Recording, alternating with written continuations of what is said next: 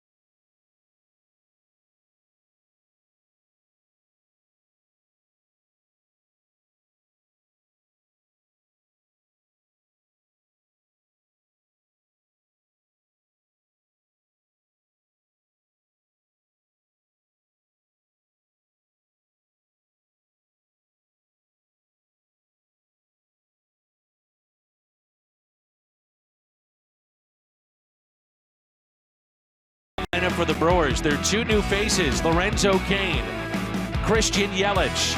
The sweep over the Padres this past weekend, they were both on fire. Cain for 8 for 14, Yelich 7 for 14. Miles Michael is trying to stop that combination. The Brewers, the Cardinals, a central showdown in early April here at Miller Park. Lineups, first pitch comes your way next.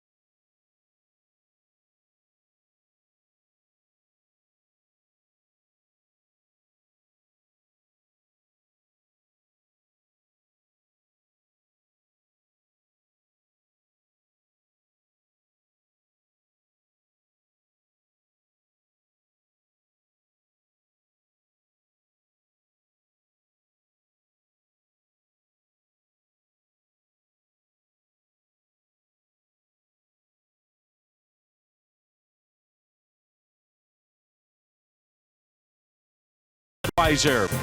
Wherever legendary MLB moments happen, Budweiser will be there. And by Chevrolet, the #1 selling brand in the St. Louis area. Find yours at your Mid-America Chevy dealer.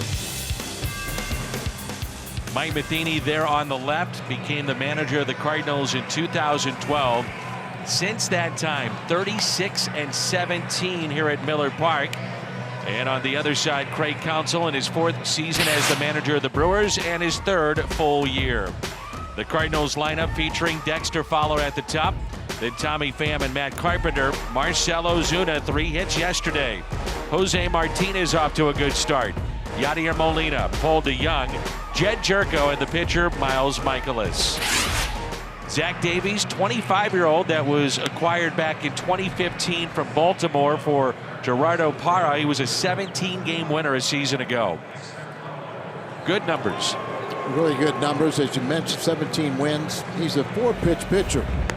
And I think you'll look at his fastball. It's below major league average, but his changeup is an out pitch. It's a swing and miss pitch. It's what makes him so tough. Defense behind Davies. Around the Horn is presented by Dobbs Tire and Auto Centers. Good outfield with Braun, Cain, and Yelich. Shaw, Arcia, BR, and Thames along the infield, and Manny Pena is behind the plate.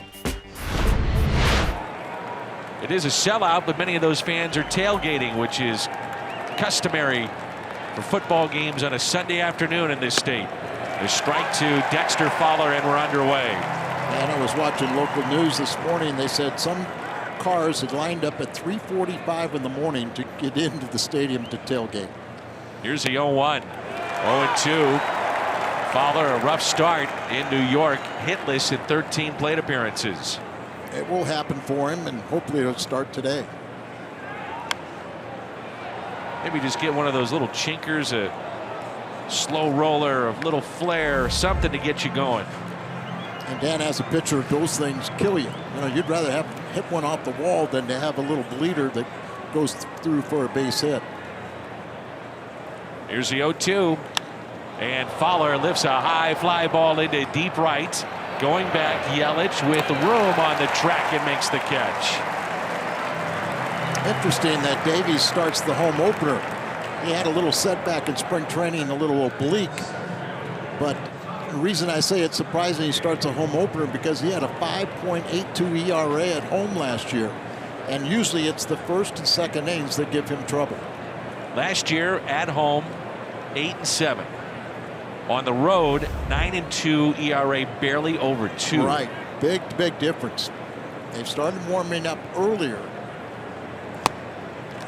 And then he could get into the dugout and kind of simulate what it would be like pitching on the road with that resting.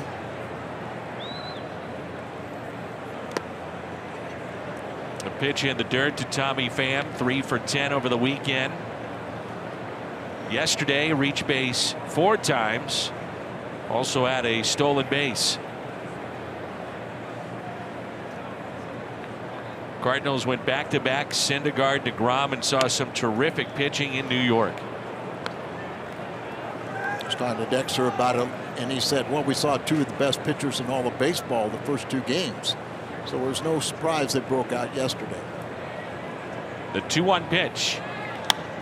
Pham lifts a fly ball out to center. Lorenzo Cain began his professional career in this organization. Was part of the Zach Greinke deal, and he makes the catch for out number 2. You mentioned they got a good outfield today. Well, they do. They actually have backed up their outfielders. Last year, Broxton was a 2020 man, and he finds himself in the minor leagues. It's hard to believe, isn't it? And the day they signed Cain to an $80 million 5-year contract, and then got Yelich a little bit after that, it really changed the complexion of this already good hitting team. They've had Braun at first base, Thames on the bench, Braun in left field today. There's a ball to Matt Carpenter. Arcia drive to success concerning the number 3 hitter against Zach Davies. Very good numbers, 8 for 18 and a pair of home runs.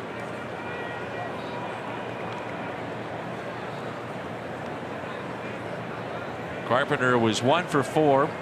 The game on Saturday, a loss to the Mets. Did have a home run in that series and a couple of base hits. He's 2 home runs shy of 100 for his career.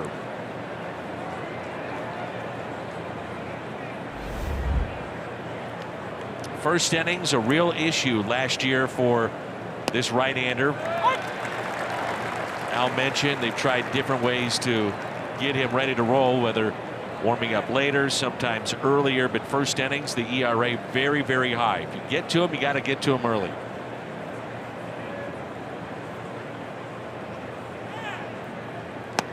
Three and 2. You know, another aspect to Davies is the fact that he'll find himself in trouble, but has that ability to pitch out of it.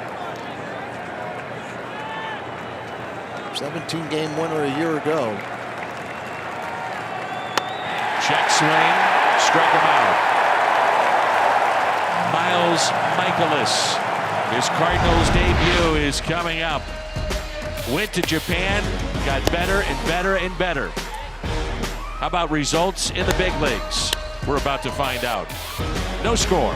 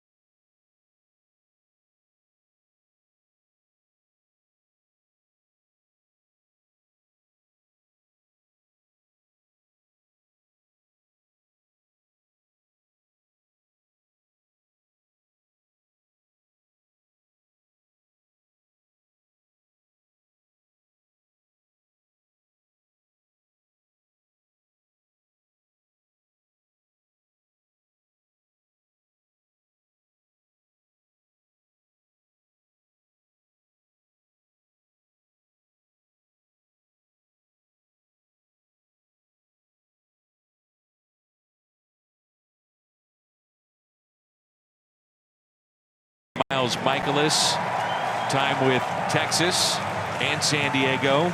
29-year-old from Jupiter, Florida, makes his return to Major League Baseball today. Hasn't pitched in the Major League since 2014 when he was a member of the Texas Rangers. It's a good lineup here. Lorenzo Cain, Christian Yelich, and Ryan Braun. Travis Shaw, 31 home runs last year. Eric Thames, Manny Pena, Jonathan Villar, Orlando Arcia, and the pitcher Zach Davies. Brewers a year ago led the league in home runs and also stolen bases. Also strikeouts. Last 2 years they set records in strikeouts. Round the horn presented by Dobbs. So the trio of Ozuna, Pham, and Fowler in the outfield for the Cardinals. The first pitch inside by Michaelis. Rough start. First 2 appearances from Michaelis in spring, then he settled in. Pat Murphy, the bench coach for Craig Counsell and the Milwaukee Brewers, was a AAA coach, a AAA manager at Tucson when Michaelis was his closer. He had 26 saves for him.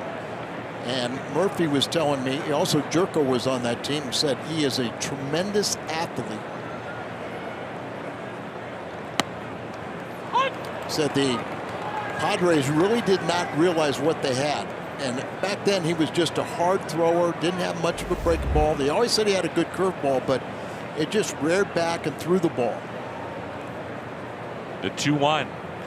Cain, ground ball hit to third. Jed Jerko across the diamond for the out. Dobbs tired Auto Center's defense.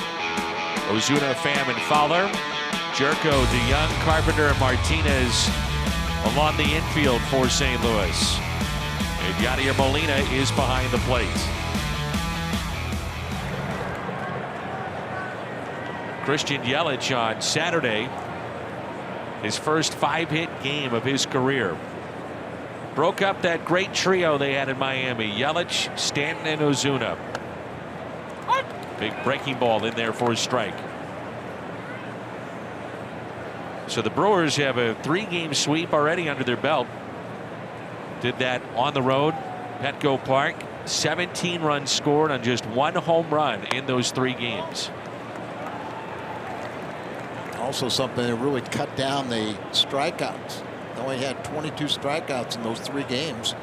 Well, the Cardinals now have had 36 in their 3 games plus.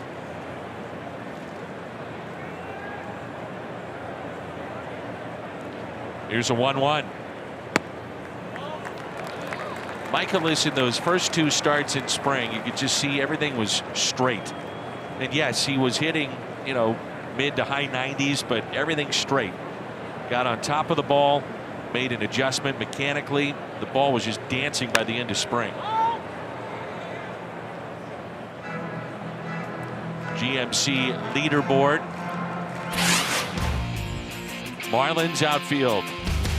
No longer. Ozuna in St. Louis, Yelich with Milwaukee, and Stanton with the Bombers. Yelich is a ground ball hitter. One of the highest ground ball percentages in all of baseball. But the thing I found interesting, he hit the ball, his average speed of hitting the ball, exit velocity, is higher than Stanton and Ozuna a year ago. A strikeout from Michaelis. His first of the afternoon. Now watch this breaking ball. And look at there's a good hitter. And Yelich is off to a fast start. He was 5 for 5. In their last game they played in San Diego and made him look bad on that breaking ball. He's always had a very, very good curveball, but now he knows how to use it. Mentioned that the Brewers only had 1 home run over the weekend. It was a big one. Ryan Braun with the game winner on Friday. 3-run homer, 8-6 win for Milwaukee. He scored 5 runs in that final inning. And 3 of the 4 big hits that inning all came with 2 strikes. Braun's home run came with 0-2 and 2 outs. So he just took a victory away from the Padres, who are an improved ball club. 0-1 pitch. 0-2. Last 17 innings for Michaelis this spring. His ERA was 1.06. Well, by his own admission, he was pretty nervous that first time out, but after that, he really did settle in. And the 0-2. Spoiled by Braun. You know, he just looks the part, doesn't he? 6'4", 220. Big kid. And like I said, you know, in minor leagues when he was with San Diego, they said he's just a hard thrower. It just reared back and threw it. But Pat Murphy also saying, he said, I love this guy. Great aptitude. Fly ball into right. Dexter Fowler over to make the catch. 1, 2, 3 go the Brewers. Miles Michaelis, deep breath. Good start.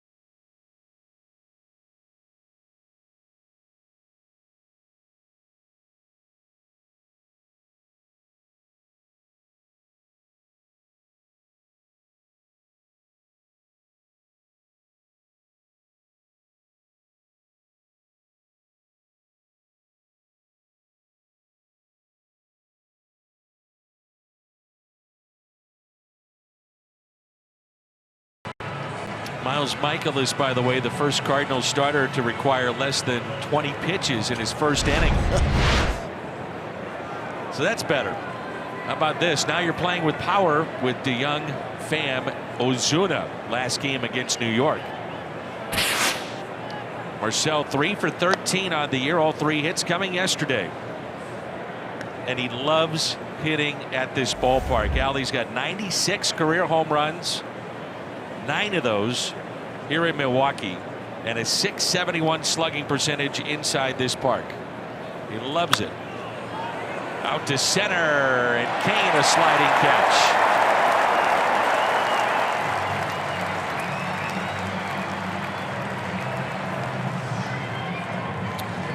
Mentioned that Lorenzo Cain started his professional career here with the Brewers, then went to Kansas City, signed with the free agent.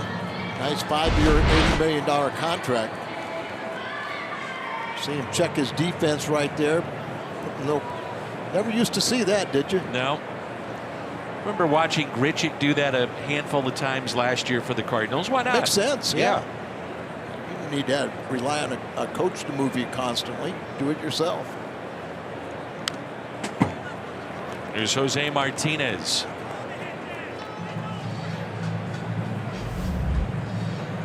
Made his big league debut at the age of 28. All he's done since then is hit. I remember a big prospect early in his career. Then he had a very severe knee injury, required a meniscus from a cadaver put into the knee, and hit over 380 when he was at AAA and won a batting championship for the Royals in Omaha.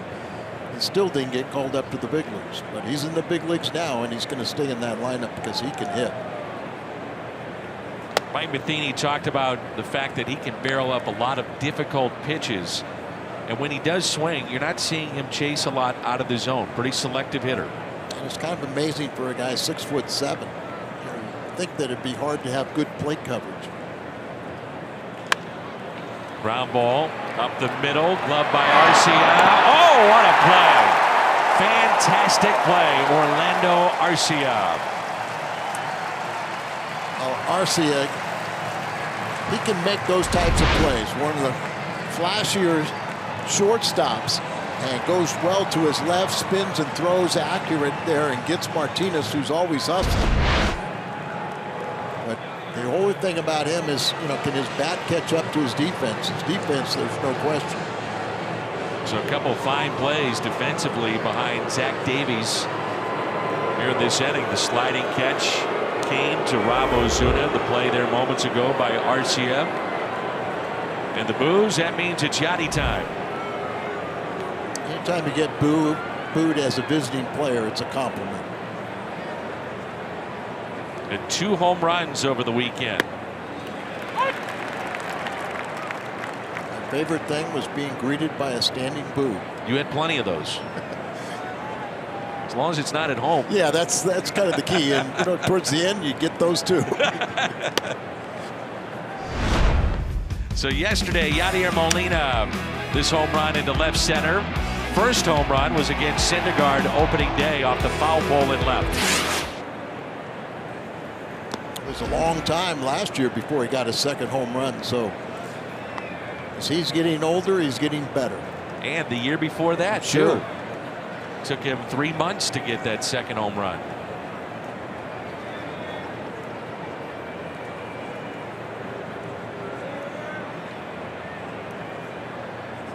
The 2-1 pitch. 2-2. Cardinals and Yadier Molina, a future Hall of Famer, now just one back of Hall of Famer Lou Brock. Cardinal home runs, he's at 128, 16th on that list.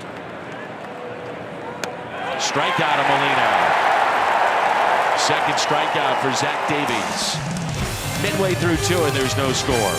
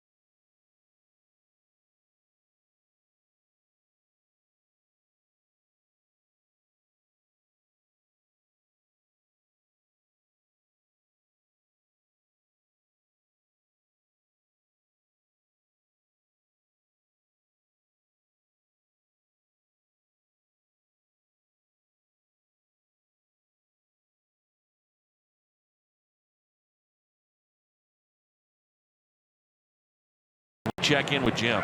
Dan, the Cards' new closer has begun the process of getting himself to the big club. Greg Holland was expected to arrive in Jupiter today, sign his contract, then throw a live BP. Holland has been assigned to Palm Beach, and according to GM Michael Gersh, the plan is for Holland to throw in front of some Cardinal staffers today, then sit down and figure out the next step. Holland has been throwing to hitters in a simulated spring training-like setting for several weeks now, and as Gersh put it, it's not like he's starting from scratch. Dan, since Holland was assigned to Palm Beach, he's got to stay there for a minimum of 10 days unless he's needed to replace an injured player. But Cardinal fans very much looking forward to seeing Holland in a Cardinals uniform. No doubt. Thank you, Jimmy. Here's Travis Shaw, third baseman, breakout year. 31 home runs a season ago.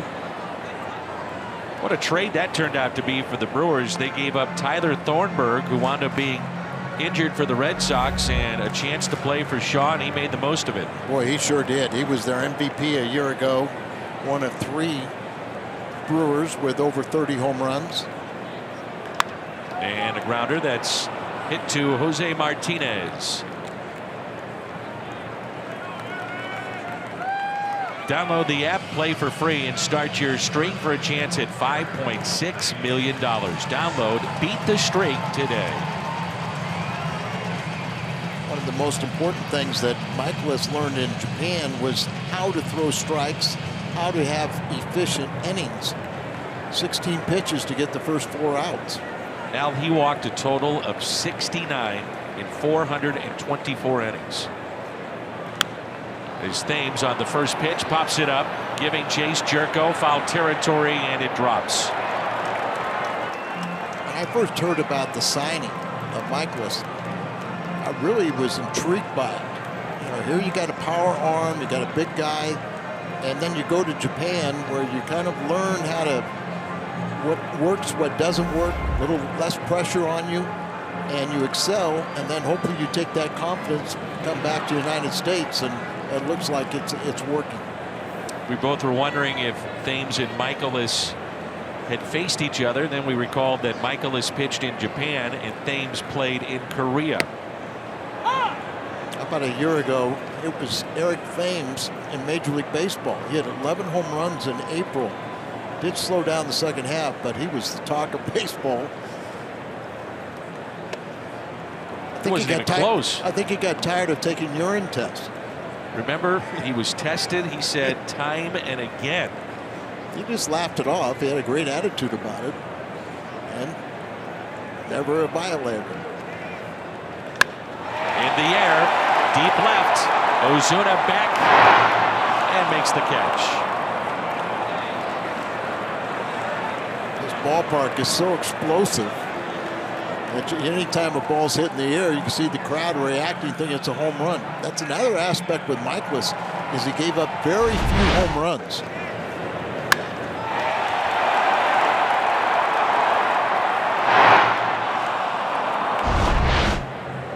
It's still chilly inside the ballpark, even though the roof is closed. It's around 30 degrees outside, breezy. The paneling is closed beyond the right field wall, left field wall, and when that opens up in the summer and it warms up, the ball jumps out of this ballpark. And I've talked to the Cardinals. They feel that this may be the best park, including Coors Field, including in Arizona, to hit in because of the backdrop. They love it. I was going to say, it's such a high backdrop. That's in the gap in right center, tailing towards Fowler and tailing towards the Cardinal bullpen. Home run for Manny Pena. He had 9 a year ago, and it's 1-0 Milwaukee.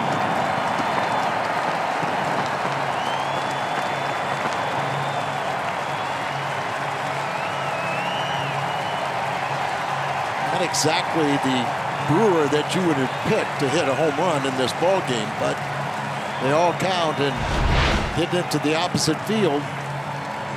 Not a bad pitch, down and away, a little movement and a downward angle, 94 miles per hour, but just enough to get out of here. Right as I said, Michaelis doesn't give up home runs, and you said maybe the best hitting park in definitely the National League. Unfortunately, we weren't hitting to prove you right. So 2 outs. And BR with his great speed drops down a bat, and no chance for Carpenter.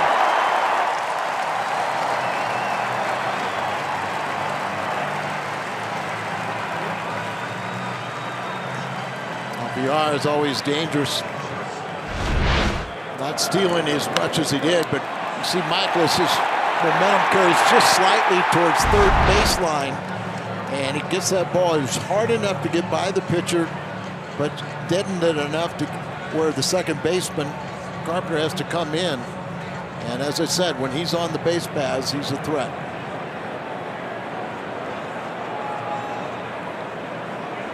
Orlando Arcia, 137 starts last year at shortstop for the Brewers.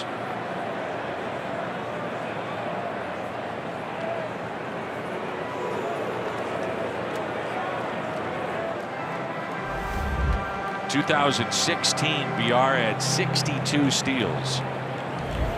Last year, it dropped down to 23. Remember, he lost a lot of playing time.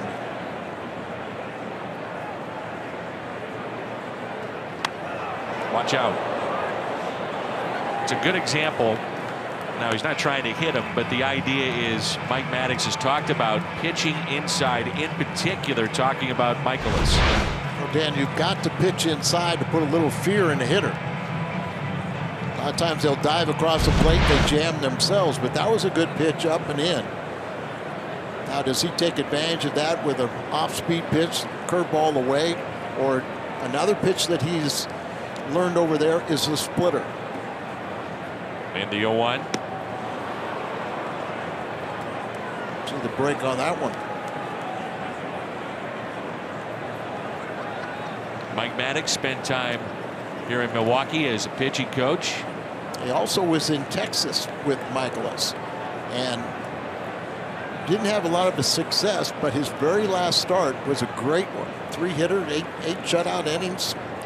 Worked on some things in the backfield or on the side, and he took it to Japan and perfected it. Good play by Molina to keep it in front.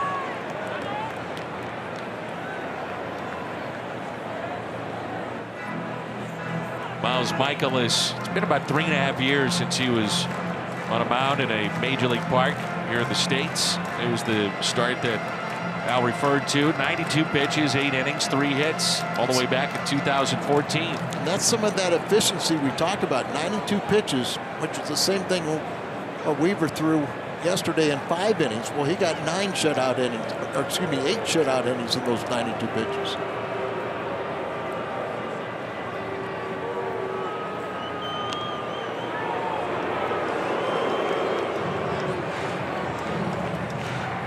A lot of times when you talk about a pitcher that's about 6'4" or higher, a lot of times you're thinking they're slow to movement, more mechanical, but not so much with him because he's such an extreme athlete. I said basketball, ping pong, all kinds of things. He's really adept.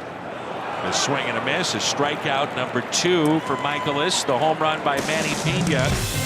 Through 2, it's 1-0. Milwaukee.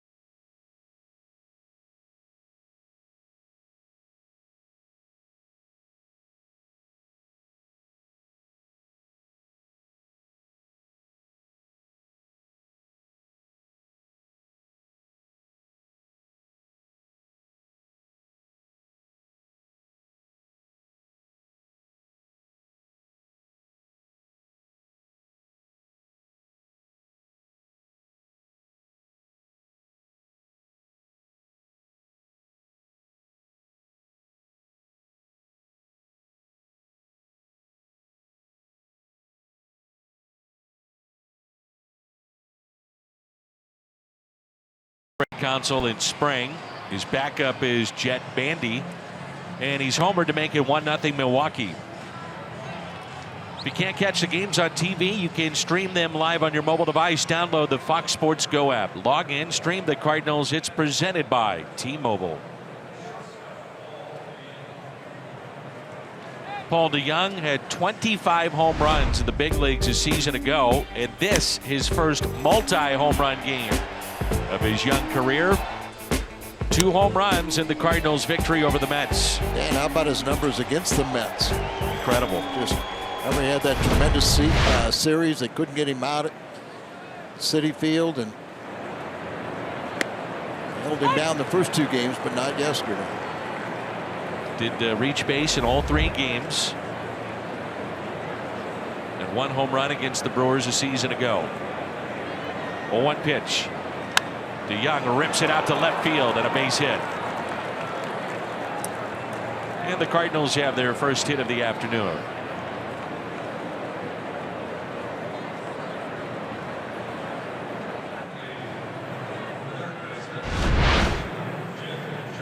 Nice, easy, controlled swing, quick with his hands. You know, yesterday Colton Wong didn't start because the left-hander on the mound, and then today is because of Colton's struggles and Jerko, how well he has hit Davies.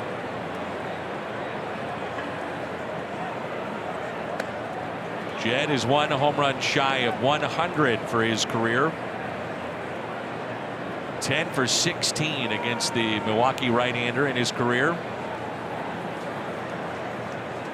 Kind of fits the rotation for Carpenter, playing all different infield positions.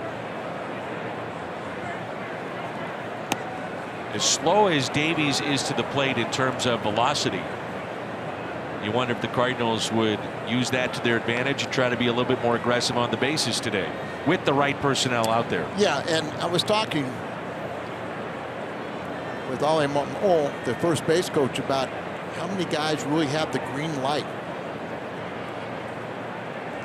And Mike Matheny has alluded to this. He said you'd be shocked at how many guys have had the opportunity to run, which they do in spring training, but then they kind of fear making a mistake during the regular season and do not run. Pena is a good thrower, and you got to watch him throwing behind. He'll pick you off. It's 6 of those last year. Out to left center. And this ball is a one-hopper off the wall. DeJong being waved in. Here comes a relay. Throw to the plate, and they don't get him. DeJong scores, and we're tied 1-1. Well, there's going to be a bang-bang play as VR has that really good, strong throwing arm. Remember, catchers have to give you a lane. Years ago, DeJong would have been snuffed out at the plate before crossing, but being given that lane to slide, Jerko drives him in. Greg Counsell and the video team, Pat Murphy, taking a longer look. DeJong made a huge, and I mean a huge, wide turn around third base to try to get a better angle on that turn, and may have cost him a step or 2, but it doesn't matter. He scores. Talking about Jerko and his success against Davies. And Paul DeJong takes off at the crack of the bat. He's coming around here, and you can see Oquendo waving him. When he was crossing second, he was waving him on home. And a ball up to Miles Michaelis. And you can see that clearly he's safe. He did block that lane, but now he gives it. You know, watch that left leg of the catcher. He had it in front, but then he pulled it back to give him the lane home, and he was safe. Michaelis bunts it in the air for an easy out.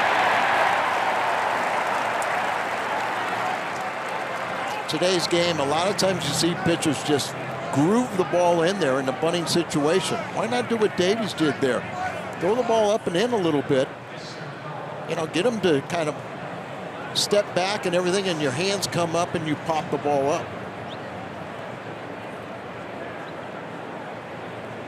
Dexter Fowler, for those that are on Twitter, he's very active in social media.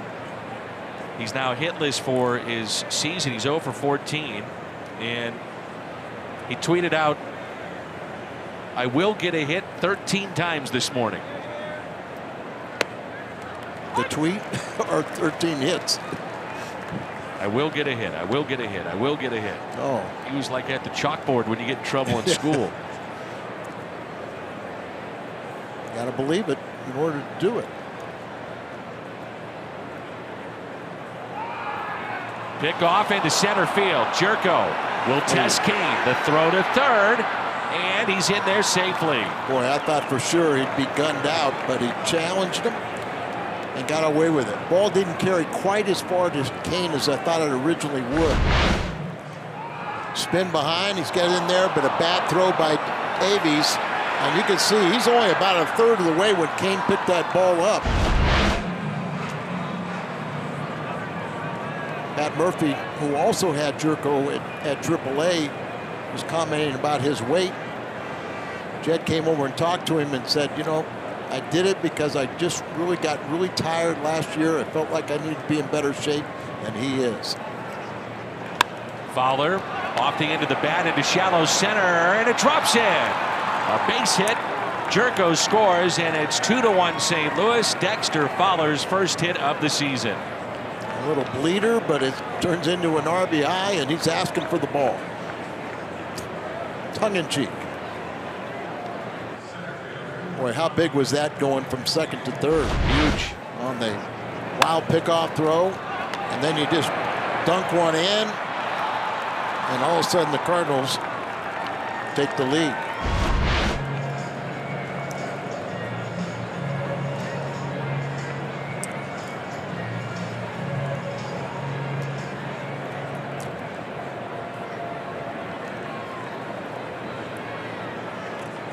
See if Fowler wants to do some running here.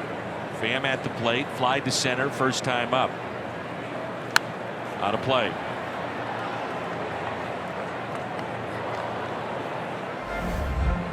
How many times, Dan, do you get a pitcher like Davies that struggles early in a ball game, usually the first and second inning? You get through that, and then all of a sudden you run into trouble. It's almost like you relax and say, okay, I'm in good territory now, and never relax in this game. 2 strikes on Tommy Pham. Cardinals last year, 19 meetings against the Brewers. They only won 8 of those. But they did essentially knock Milwaukee out of the playoffs the final weekend of the regular season. Brewers finished 1 game back.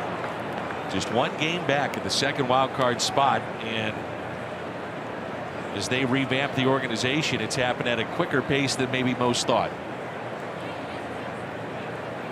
They'll get their ace Jimmy Nelson back about midway through. Pham, a swing and a miss. Mark Attanasio, his sons, to carry out a tradition that began in the mid-2000s, saying the national anthem before today's game. The owner of the Brewers. His father started that tradition. Grandfather of the 2 that did sing. They've opened up the payroll a little bit this year. Carpenter struck out first time up.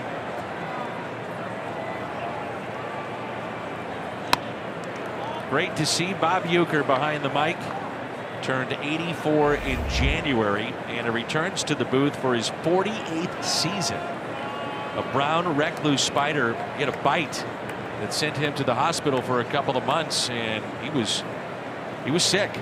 And thank goodness everything turned out okay. And must be in the front row. He's behind the mic.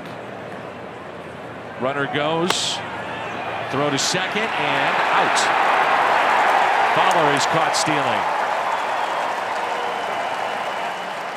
Cardinals pick up the lead. 2-1 St. Louis.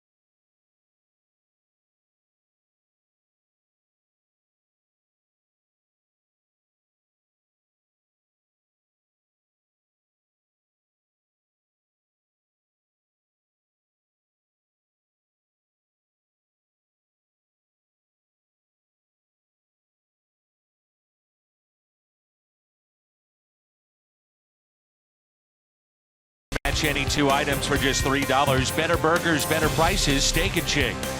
BJC Healthcare, the world's best medicine made better. And by Toyota, let's go places. Home opener today for the Brewers. Home opener for the Cardinals Thursday. Still a handful of tickets remain at Cardinals.com. And now Miles Michaelis pitching with a 1-run lead. Bottom of the 3rd. Zach Davies leads it off. Takes a high strike. Davies 17 wins last year. 2nd most in the National League. He was tied with Zach Greinke, Clayton Kershaw. And 18 wins last year for the Dodgers. Wins looked at a lot differently this day and age, though. Win's a win. Win's a win. You know, that's a total. The strikeout number 3 today for Michaelis. Well, Miles has the lead here. Let's see if he can go right after them and be efficient again. Top of the lineup, Lorenzo Cain. I mentioned that the Brewers led the league in strikeouts. They've set records the last 2 years. They had 6 different Brewers that had 100 or more strikeouts. So they got Cain and Yelich, 2 guys with a high on-base percentage, just putting the ball in play. Makes a difference to this offense. Cain grounded at 3rd first time up. 5 years, $80 million to leave Kansas City and come here to Milwaukee. Hit an even 300 a season ago. Hammers that ball out to deep left. And this game is tied. Long home run, Lorenzo Cain. The 2nd Brewers home run, and we're tied at 2.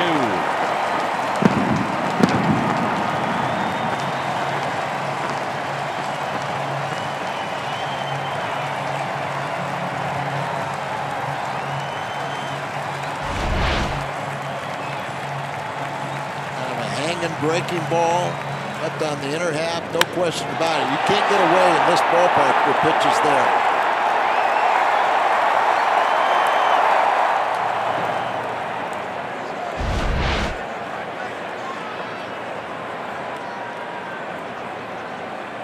Now Yelich.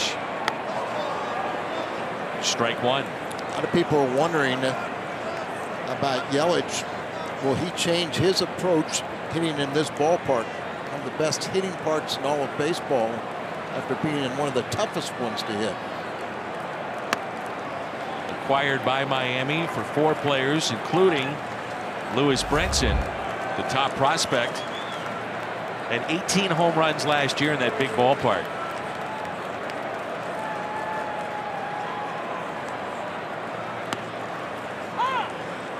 He's hit, in his 5+ years, he's hit more than twice as many home runs on the road as he has at home. It's that big ballpark.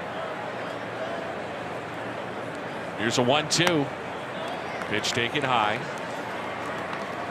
It's about 18 feet closer in the right field, power alleys here in Milwaukee versus Miami's ballpark.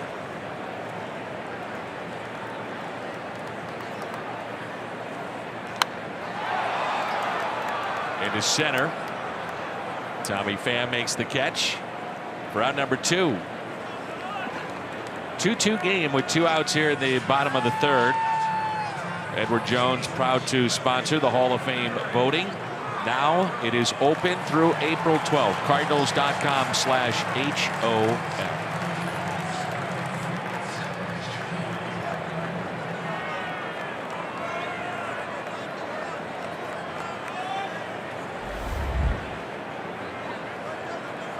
Brewers being on the West Coast, there was talk that Braun would be traded to the Dodgers for Matt Kemp, and GM David Stearns said it was an April Fool's joke when he read that in the local papers. Brian Braun, through thick and thin, still a Brewer. David Stearns does not comment on rumors, but that one he wanted to squelch right away. 1 ball, 1 strike.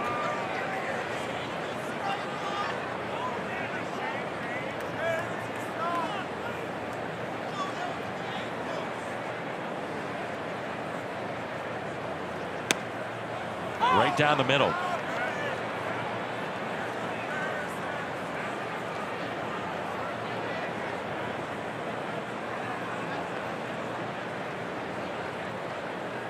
Braun fly to right first time up, and the 1-2 pitch. Spoiled. Ballpark really filling up. Tailgaters starting to make their way inside. And some, after a few innings, will probably say, ah, the heck with it. We'll just stay out here and keep enjoying ourselves.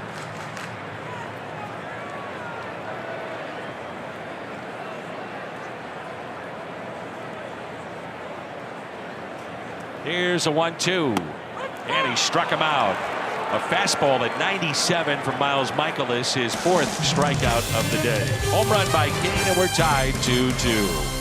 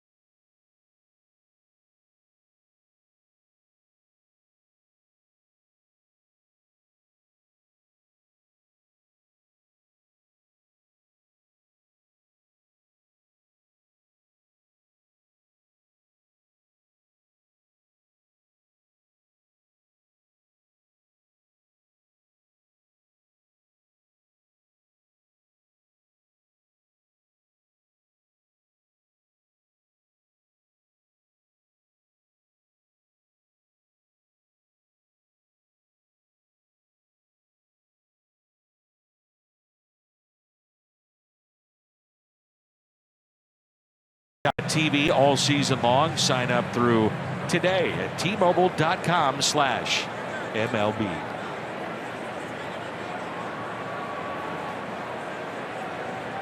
Matt Carpenter left standing at the plate back at the top of the 3rd when Fowler was gunned down by Manny Pena for the 3rd out, attempting to steal second base. It was a changeup, was the pitch that Fowler was running on. But because it was up, Pena got a good throw. Here's a 1-0. Shift on against Carpenter. 3 on the right side of the infield. Really, you could say 4 in the outfield if you wanted to. It's a shallow right field. The second baseman, VR. 2-1.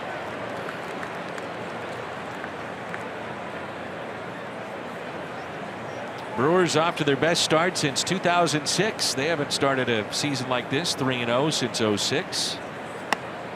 They 5-0 that year. 3-0 starting on the road. They lost 3 straight home openers. So that continues. The 2-2. Strikeout of Carpenter.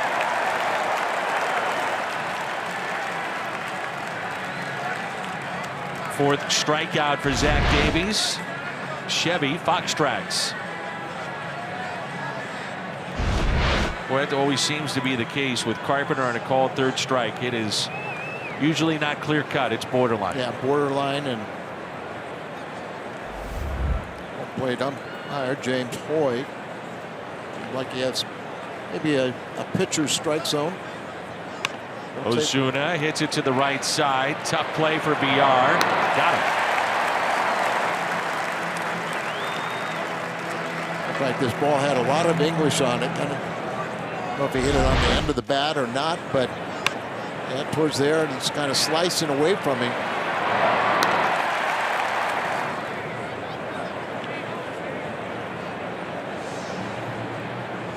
it brings in Jose Martinez.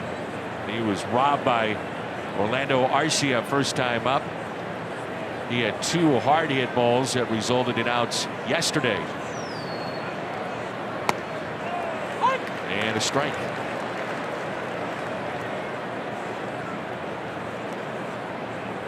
"33 starts for the 25-year-old Davies last year."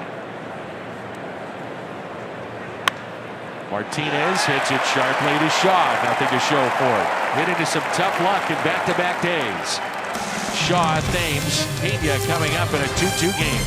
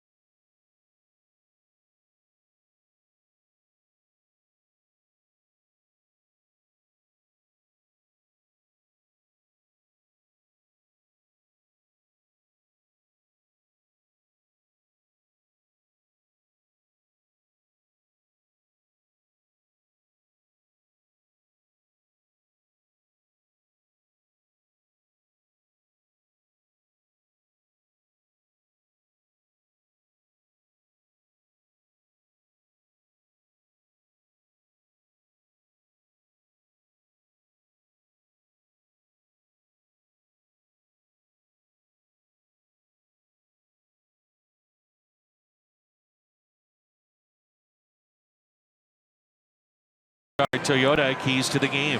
Well, control your emotions, even by his own admission. At the first couple times out in spring training, that was a problem. But talking with his teammates, they didn't expect it to be a problem here today, and I could say it has not been one. I like what we're seeing. Just want to see more of it. 2-2 our score. Look at the pitch count, man. 42. Pitching here in the 4th. Travis Shaw. And that'll go into right field and all the way to the wall. Fowler quickly back into the infield, and the 4th double this season already for Travis Shaw.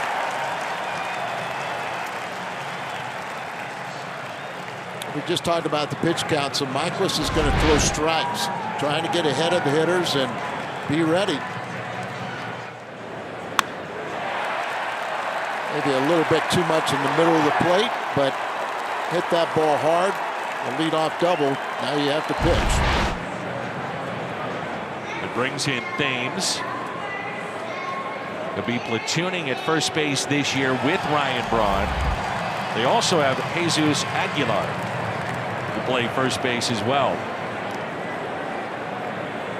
At the very least, he wants to pull the ball, get Shaw over to third in less than 2 outs. Al told you earlier, the Brewers had 3 30 home run guys. Shaw, Thames, Domingo Santana last year. First time that's happened for the Brewers since 1982. They had Gorman Thomas, Ben Ogilvie, and Cecil Cooper. Harvey's Wallbangers. Good pitch. Jammed him, and it's fouled back.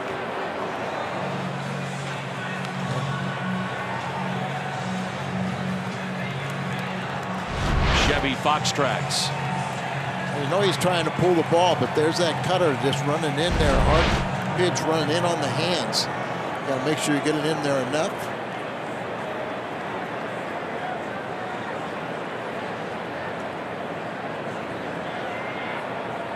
The 1-1. Out of play again. Thames, the amazing start. Then the league figured him out. He got cold for a month. He made an adjustment, got hot again. And last September hit well above 300, finished up on a strong note. It was a great story a year ago. And now you think about all their outfielders. That's why you see Braun and Thames splitting time at first. 1-2, kept in front by Molina. Tough play there for Molina. That ball bounced so far out in front of the plate. You just got to use your body. Breaking ball, the curve. Slide over, use a chest protector to block it. Keep it in front of you. Home plate umpire James Hoy asking for some new baseballs and gets them. 2-2 the count. Big pitch here.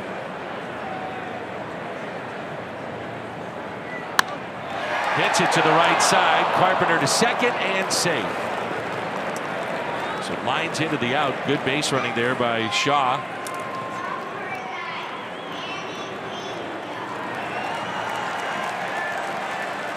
Congratulations to the class of 2018. You're out of here. Graduates of all ages are invited to the ballpark Tuesday, April 10th for class of 2018 night. Purchase of a special theme ticket, you'll receive an exclusive class of 2018 t-shirt. Tickets now at cardinals.com/theme. Pena led their club in batting average last year at .279. Homered back in the second. And really another good find by Milwaukee. A late bloomer was stuck behind Salvador Perez in Kansas City. Jet Bandy, the backup, Stephen Voigt, has an injured shoulder, but when he comes back, they're going to have some decisions to make.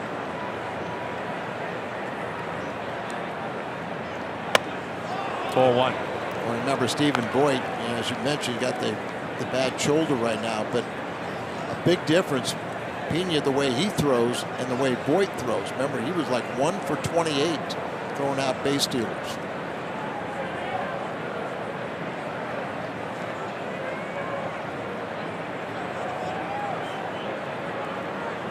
A 2-2 game here in the bottom of the fourth. 1 ball, no strikes on Pena.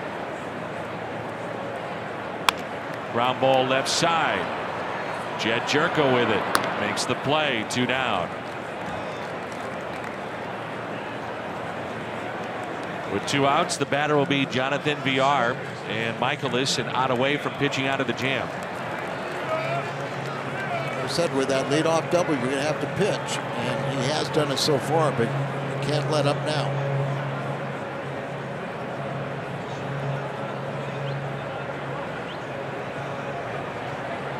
A lot of teams were interested in Miles Michaelis. Cardinals were the favorite in many ways because of his hometown of Jupiter, spring training side of the Cardinals. Texas had an interest in him. The Chicago Cubs. Cardinals gave him a 2-year deal.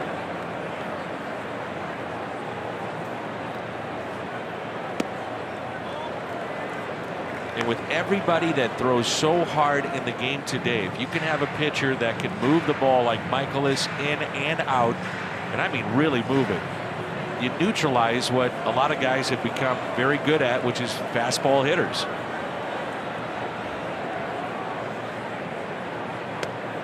One of the things that he's learned, that before he went to Japan, he could throw triple digits, but now he's learned to live at a more comfortable, right around that 94. He's got the 97, 98 to reach back for, but to live it at a lower speed and have better command of his pitches. Pitch to contact. 2 balls and a strike. His 3rd start of the spring, that was against Houston, and he had the back-to-back bad starts. People were starting to wonder, okay, what's going on here? Maybe even Michaelis himself. He was in trouble. There was an absolute rocket hit to Patrick Wisdom at first base. They turned 2, and everything changed after that moment. We had a camera on him walking off the mound, and you just see that the pressure was off. I got out of the inning. Let's regroup. Let's show these folks what I can do, and he did. remember that first start watching on TV, and it just everything was up over the middle of the plate. I mean, just had no command at all, and as you said, that's what spring training's for, and he got better.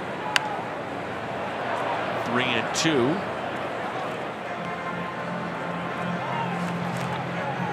And that night, he did show terrific velocity, in which he hit 98, but mechanically he changed. He was more on top of the ball. Sure.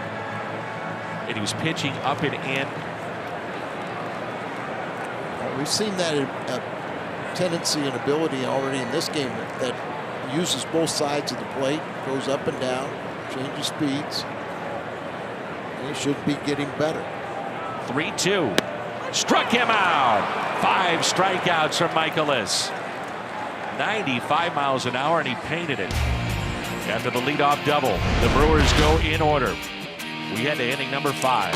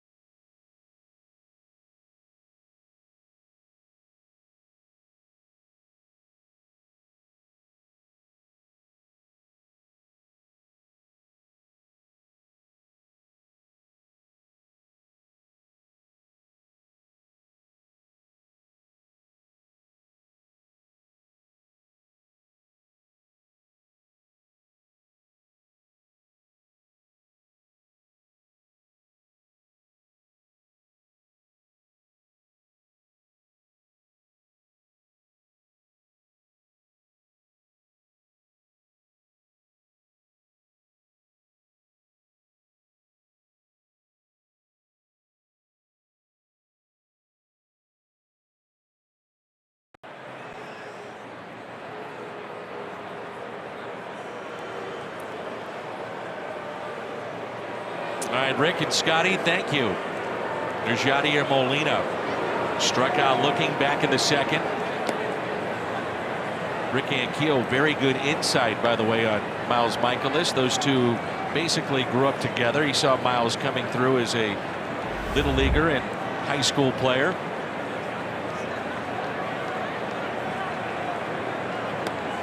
Rick was with us on our telecast yesterday from New York. His book, The Phenomenon, coming back out in paperback, a New York Times best-selling book. 2 balls, 1 strike on Molina. Struck out his first time up. So much talk last year about, well, is he going to slow down, and when is Carson Kelly going to get here? Forget that. He's getting better with age.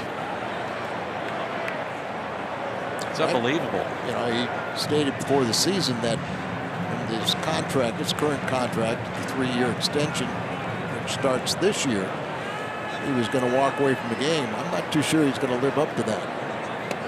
I believe it when I see it. Yeah. He's now the owner of 14,359 innings behind the plate in his career. And for the most part has been extremely durable. And I think the best thing for Carson Kelly is to be where he's at right now, playing every day.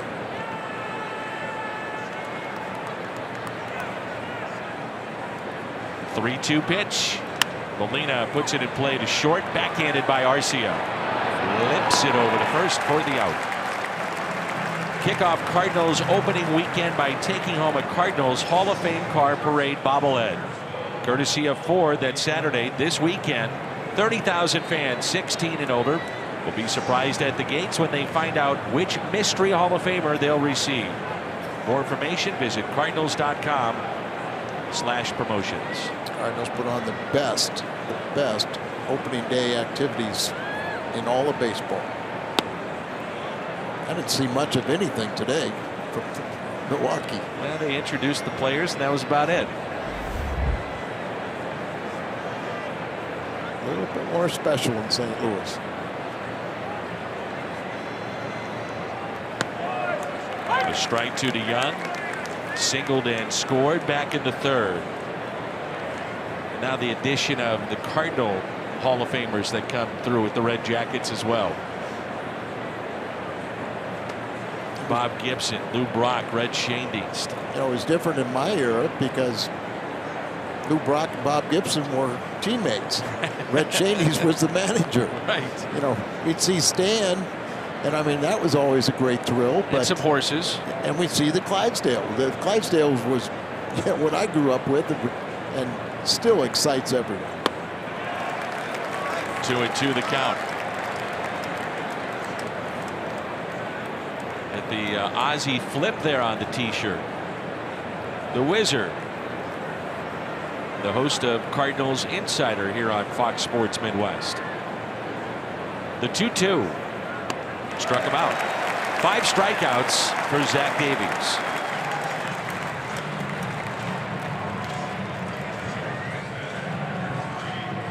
I think Thursday you're going to hear a ton of ovations, clearly. But 3 that I think about that will stand out: Marcell Ozuna, no particular order, Jose Oquendo, and Willie McGee. Jim had a really nice visit with Willie on the pregame show.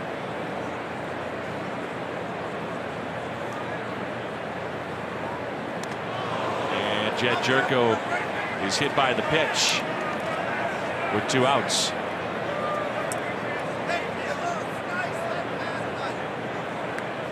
He's had great success against Davies. Can't get him out throwing strikes. Well, you try and hit him. Ouch. And you're not necessarily trying to hit him, but you're obviously trying to keep it out of the middle of the plate. Michaelis is 0 for 4 in his major league career. He did hit 110 in Japan, but still looking for that elusive first big league hit. He had a couple home runs in Japan. And as I said, Murphy was saying, really a tremendous athlete. 2 outs and ball 1. So I would think we're going to see him swing the bat pretty well. You told Miles that he's wearing a pretty good number. Well, we better live up to it. It's funny. Seeing 39 has been like 20 years since a position player's had it, or a pitcher. Was it Dave McKay? Dave I guess McKay had it. it. For all those years with Tony. That is, for those who don't know, the number of my partner, Al Roboski. Michaelis with a drive. Deep left field. First career hit. Gone! A home run! He does it in style. A 2-run shot for his first major league hit. Gives himself a lead too, but oh, when I was wearing 39, that was routine for me.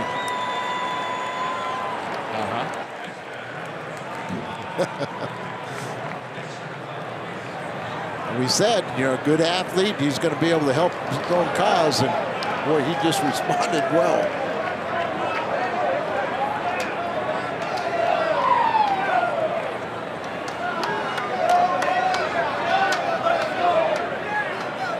Exit velocity of 106 off the bat of Miles Michaelis. That's pretty good, isn't it?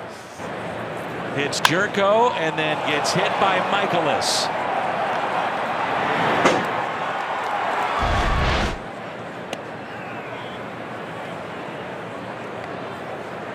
You know, when you hit so many, you know when it's gone. And he knew it. And he was going to savor the moment. He got out of the batter's box, but he made sure to watch it. And why not? Not sure if they got that baseball back into the dugout. As Fowler calls time, he singled to center, picked up an RBI. Goes into shallow center, then was caught stealing. The 2-1 pitch. Fowler pulls it. Miles Michael, his home run was StatCast. See the left fielder Braun, he knew it was gone. 2-2 the count. Launch angle of 25 degrees. Almost home runs come between 10 and 40.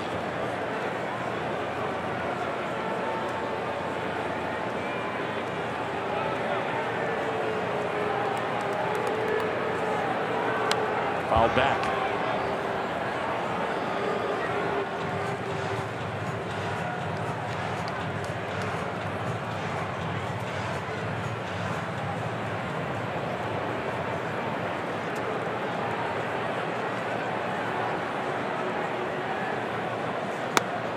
Inside corner and struck him out. Miles Michaelis, first hit in the big leagues. A 2-run homer. Cardinals lead it 4-2.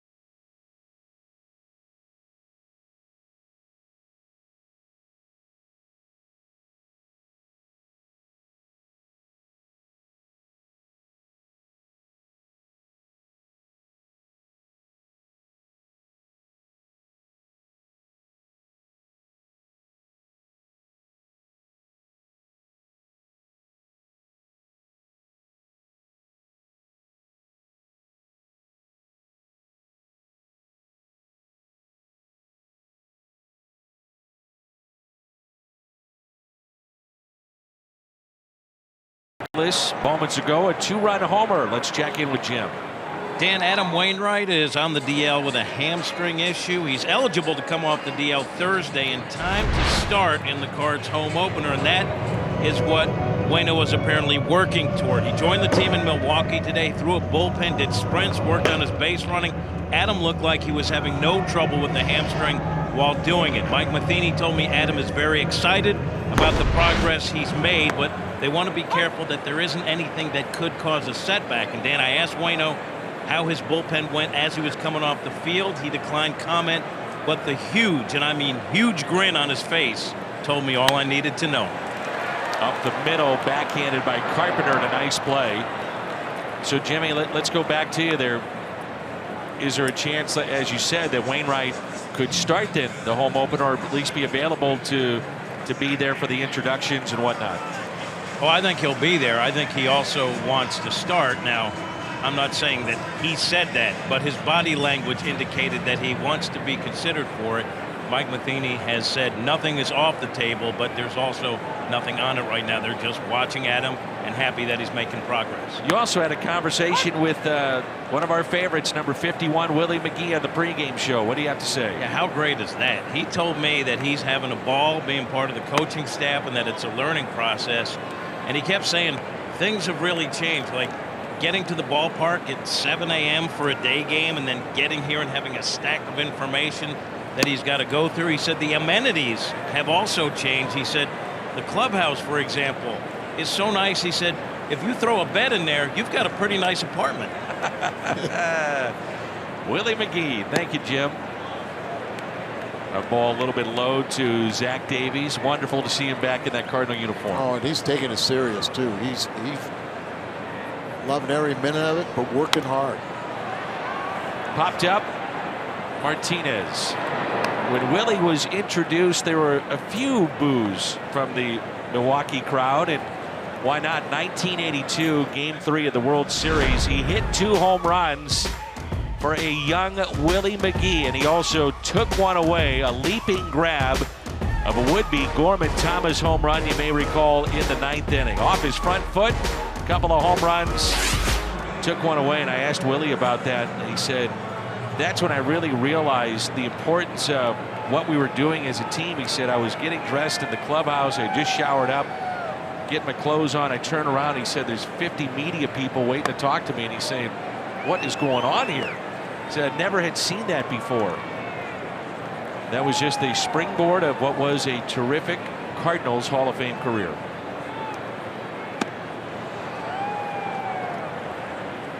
Mentioned this, and I just think it's an unbelievable statement, but Whitey Herzog, you were there. I was emceeing the golf tournament last year. He said, Whitey did, that Willie McGee is the most popular player in the history of the Cardinals, and he had mentioned Stan and Albert Pujols and Bob Gibson, and Whitey said that man right there is the most popular in the history of the organization. It's quite a statement. All great athletes, all great individuals, but nobody more humble. Agreed. And his first major league hit against me. And you're happy to give that one up. That's what I said. It's the only time I've ever been happy to give up a hit. You know. And you had heard a little bit about this McGee guy. If my memory served me right, is Whitey had just been manager. It might have been his first game. You know, Kenny Boyer was fired in Montreal, and they came to Atlanta. And Whitey and I had a conversation before the game, and he was telling me about this young kid that was coming up.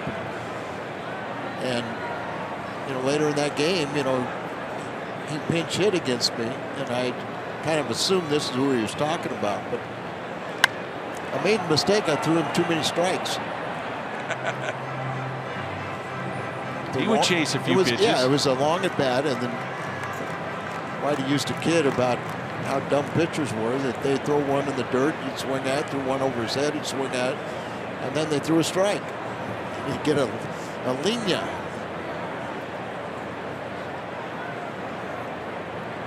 The 2-2.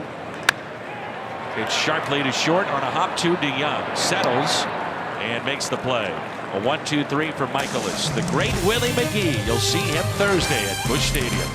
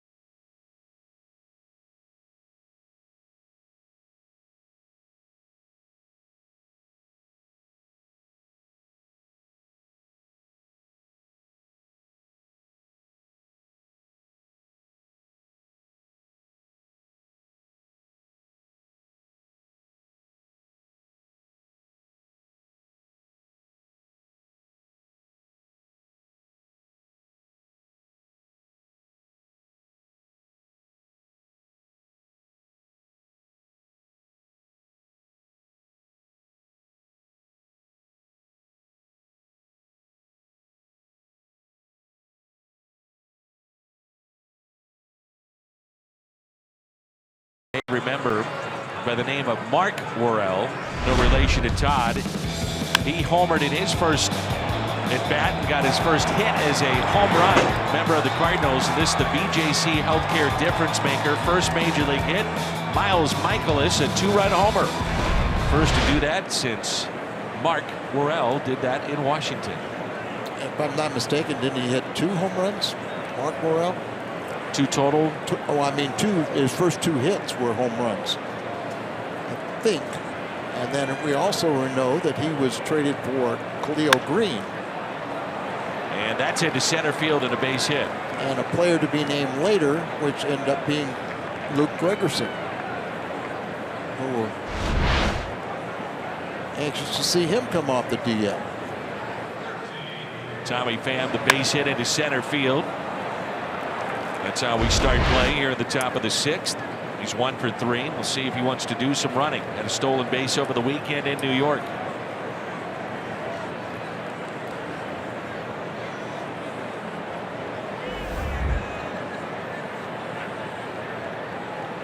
No activity in either pen. 72 pitches for Davies. Carpenter 0 for 2 with a pair of strikeouts. One swinging, the other looking. And a ball outside. See, the shift is on for Carpenter. Battled back issues last year. Lowest of his career in terms of batting average, 241. And going back to a style that produced 55 doubles, a Cardinal record. He wants to get back to that, not so concerned about the home runs. You know, Dan, like you said, 55 doubles, much higher batting average, only 240 last season. And, you know, there's nothing wrong with line drives. The home runs will come. But trying to get that launch angle, you strike out more than you want to. It's not that type of hitter. And I think it's the right approach to get back to. Where a lot of pitchers live up in the zone, Davies, a guy that excels down in the zone. Yeah, when he's to be successful, he's got to pitch down, and that's when his sinking fastball and also, more importantly, the changeup is most effective.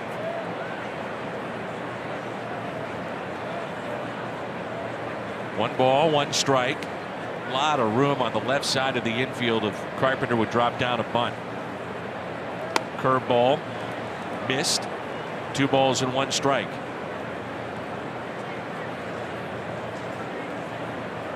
Rotation is a 4-man rotation to start, at least initially this year, for Craig Counsell's club. Chase Anderson, Jolice Chassin, Suter, and this right-hander, Zach Davies.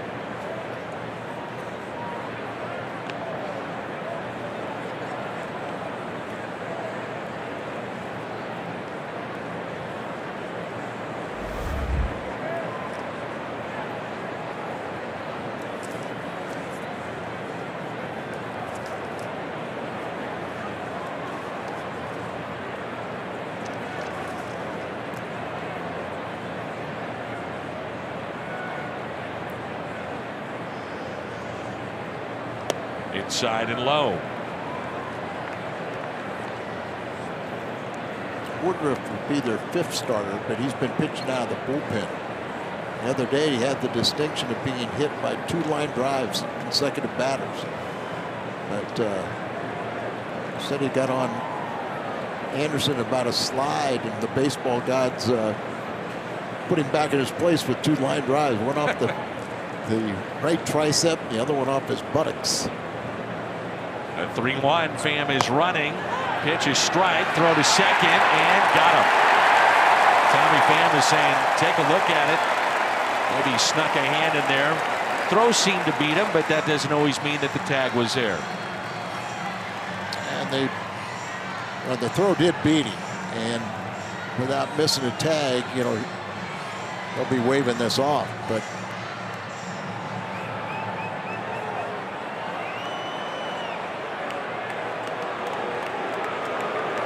just read the lips of Mike Schilt, said 50-50.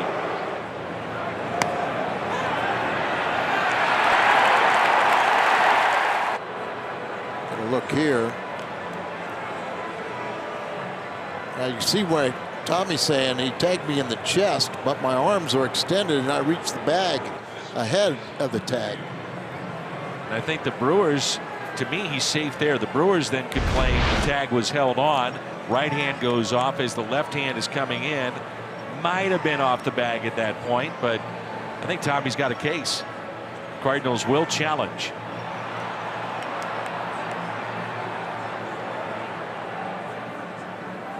See, Pena is a pretty good thrower. Showing it on the video board here, and it's very close. And I would say his hand never lost contact with the base. He maintains that.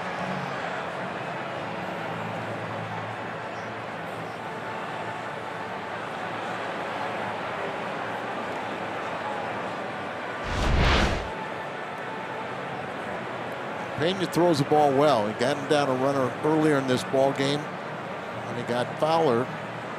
Here the initial call is he's out. Put the tag down, and you see the hands on the base. Clearly there, he's safe.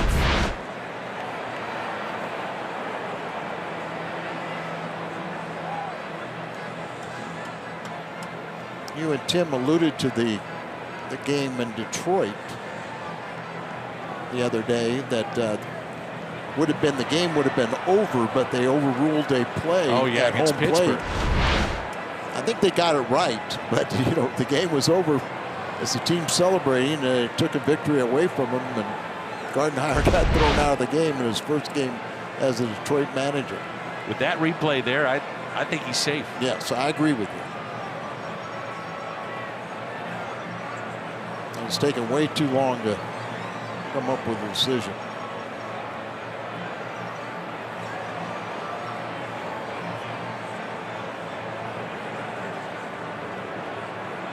Put a man in scoring position for Carpenter on a 3-2 pitch.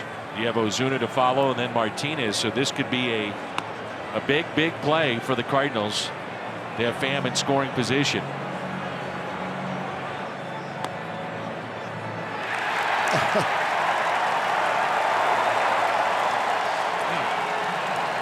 Apparently not enough evidence to overturn it.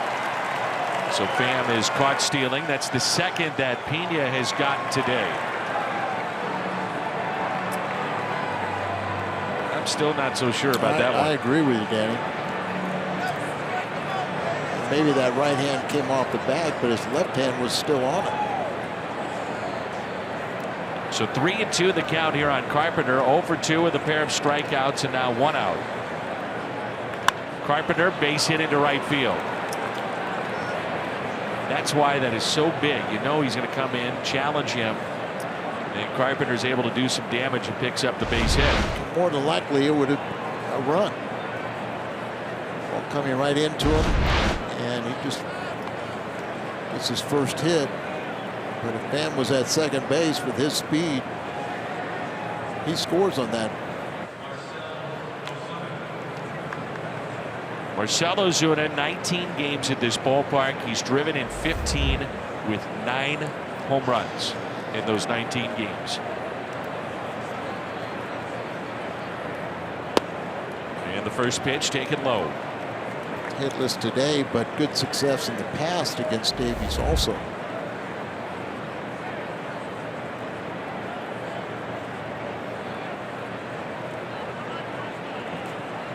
Short lead at first by Carpenter. Ozuna with a base hit into left center. Carpenter around second, on his way to third. Throw will go into second wisely by Lorenzo Cain, and runners at the corners with 1 out. And that may get the bullpen going now for Milwaukee. 3 consecutive hits to start the 6th.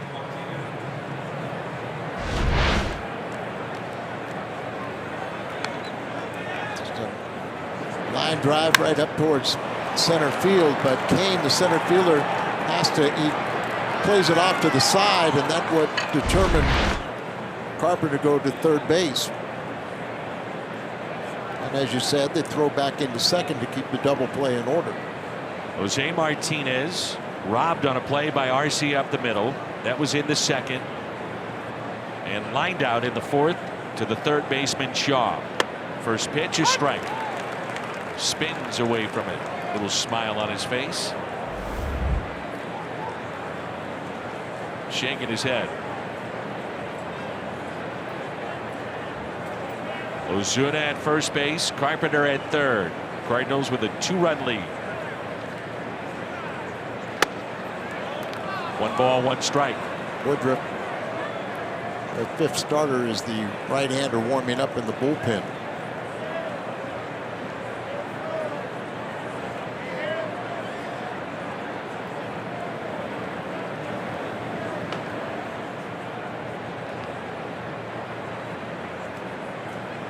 The 1-1.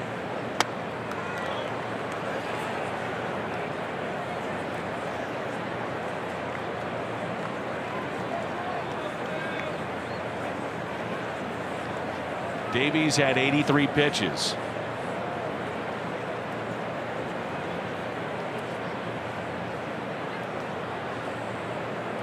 The 2-1.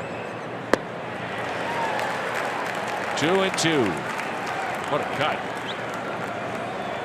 Yeah. Mentioned that Davies has the ability to get himself in trouble and then pitch his way out. Off-speed pitch, way in front, but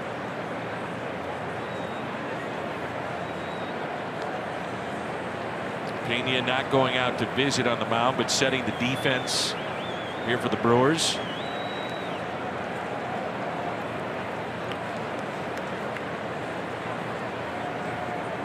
The 2-2 pitch. Martinez pulls it foul. Well, this guy has become one tough out. 10 years in the minor leagues will make you appreciate everything at the big league level. And boy, it's beyond first class, isn't it? Well, ask Willie. Dan, I never had food in a home clubhouse. And a lot of places when I played with the Cardinals, we didn't eat on the road because Red said it was too filthy. In the air, out to center, going back Kane, in front of the track and makes the catch. Carpenter will tag up and score. It's an RBI for Martinez to make it a 5-2 St. Louis lead.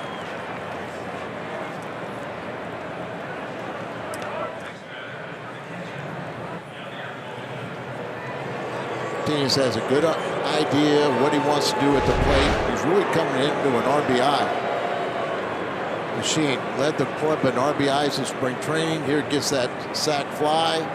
The ball about 300 feet. It's good enough to score most people from third base. That was better than 300. Yadier Molina 0 for 2. He struck out, grounded out. Strike 1.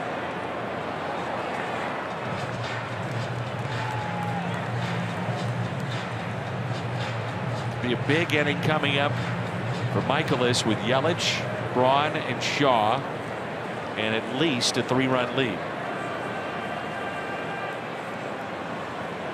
Pitch number 88 upcoming from Zach Davies.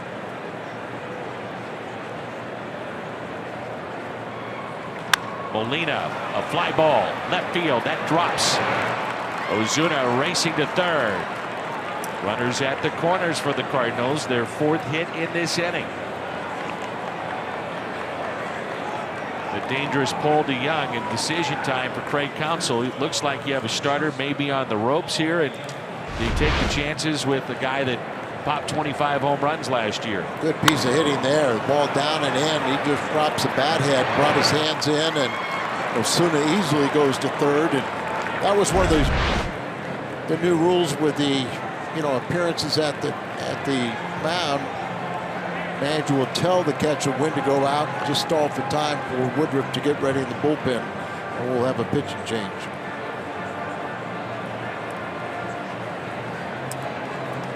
Chevy called to the pen. Woodruff coming on. Davies knocked out. Runners at the corners, 2 outs, and DeYoung coming up when we come back.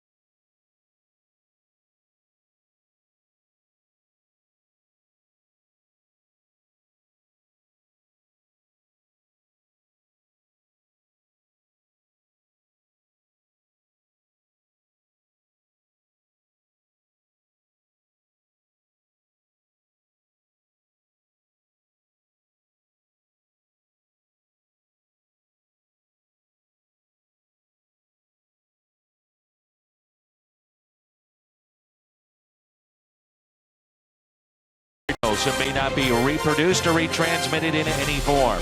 And the accounts and descriptions of this game may not be disseminated without the express written consent of the Cardinals. Our What's on Tap is presented by Budweiser. Season debut for Jack Flaherty.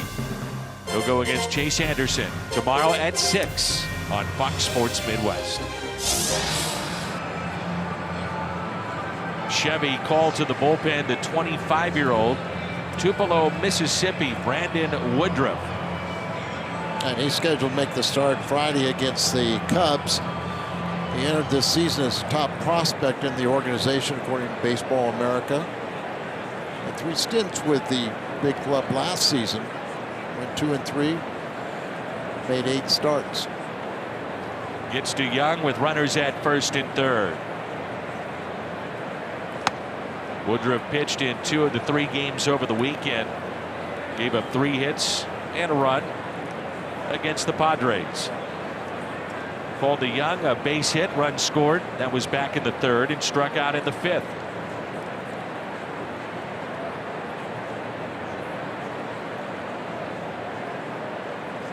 Here's a 1-0 pitch.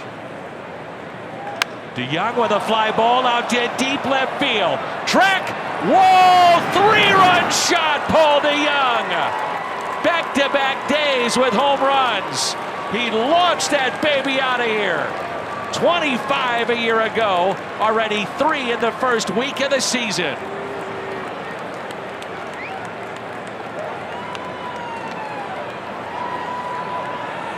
He is dangerous with that power.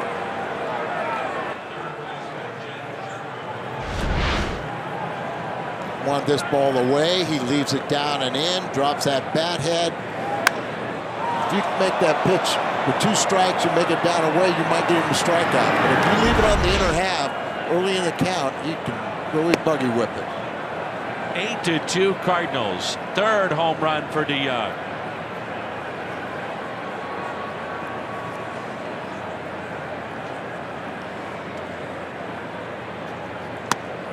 The strike to Jerko. This crowd stunned, quiet. The home opener here in Milwaukee. Prime example of the first batter a reliever faces really determines what kind of fate he's going to have. And a ground ball. Tough play for Arcia, and Jerko beats it out for an infield hit.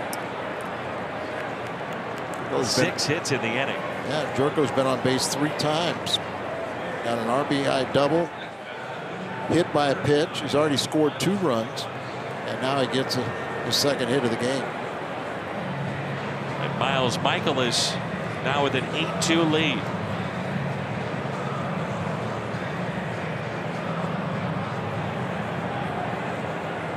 Michaelis will be the first Cardinal pitcher or starter to pitch into the 6th inning. Weaver, it was just a battle all day long yesterday. Yeah. Kind of a elusive strike zone, right? Victimized a little Very bit that so, way. yeah. But almost 100 pitches through his 5. Here's the 0-1. Close the book on Zach Davies, 5 2/3, 7 runs on 8 hits, struck out 6, no walks, and a home run allowed.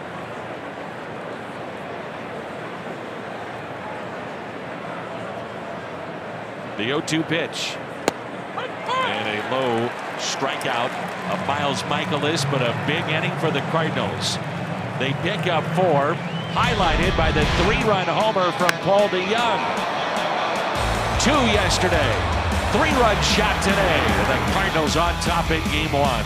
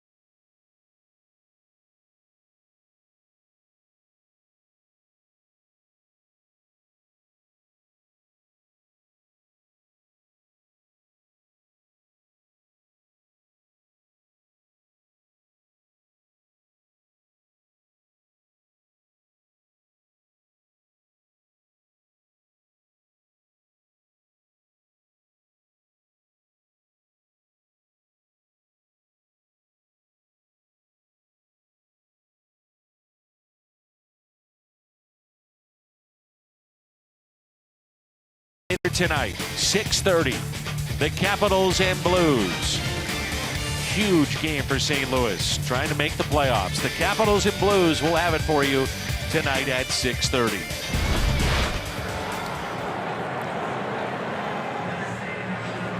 Greg Garcia takes over at third base for Jed Jerko. A little surprising there, because of Jerko, his great defensive ability. So you hope there's nothing wrong with him.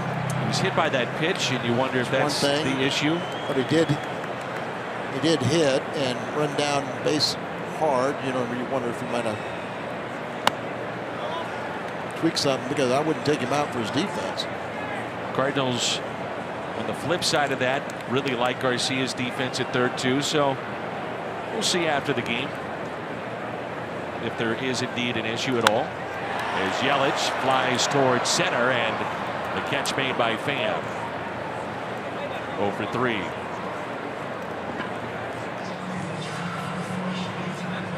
With one out, the batter will be Ryan Braun. The Hyundai pitch arsenal for Miles Michaelis. This is today and what he's done with the fastball percentages of the pitches thrown, the curve, slider, and changeup.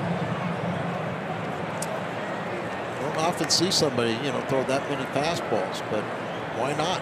He's throwing the ball effectively where he wants it. He's controlling the counts. And he's pitching deep into a game. Good breaking ball.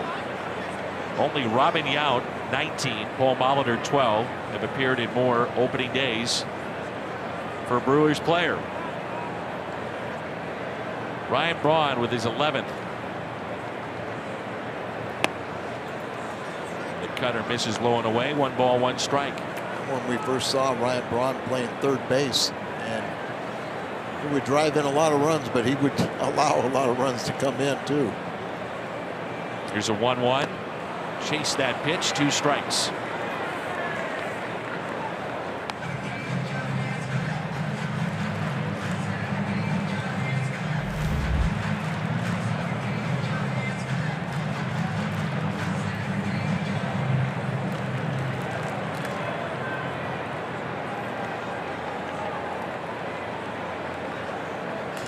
Braun breaks his bat. Ground ball to Garcia. 2 outs. Not in on the hands there. Shatters the bat. Think about it, Al. If you're Miles Michaelis, in spring training is one thing, and ending on a high note, which he did, but this is when it counts, and you're going against one of the better lineups in baseball. And right now, he's been as effective as any starter. You'd have to think the confidence is growing a little bit, saying, "Hey, my stuff does play. I belong."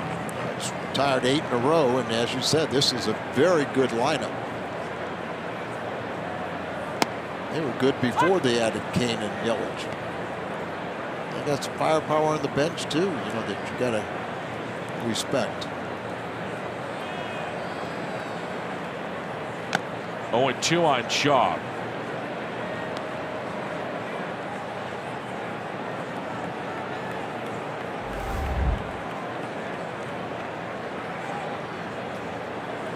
In a row, 10 out of the last 11 have been retired. Just missed 1-2. He has struck out 5 on the day. No walks. A pair of solo home runs to Kane and Pena.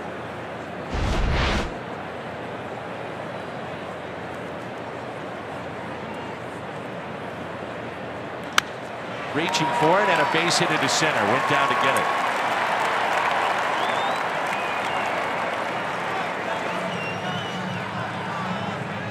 Reminder, another promotional date is coming up. That's Saturday, April 8th. This Saturday. And that's the lightweight quarter zip pullover courtesy of Maryville University. Kids 15 and under, come to the ballpark. You'll receive a ticket voucher for a future game this season courtesy of Reds. Cardinals.com/promotions.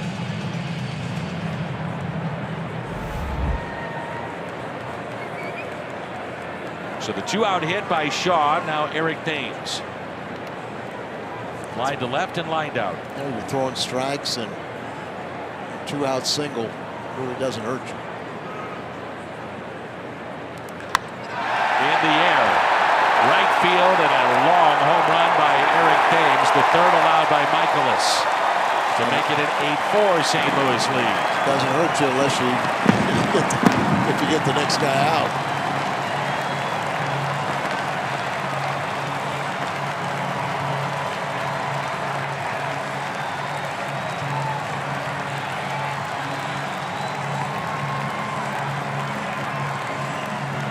We talked how he throws strikes, and in this ballpark, you miss, they'll make you pay.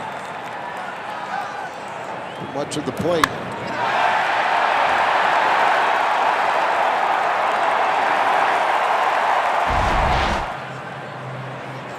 Some of the bullpen in the Cardinals begin to stretch.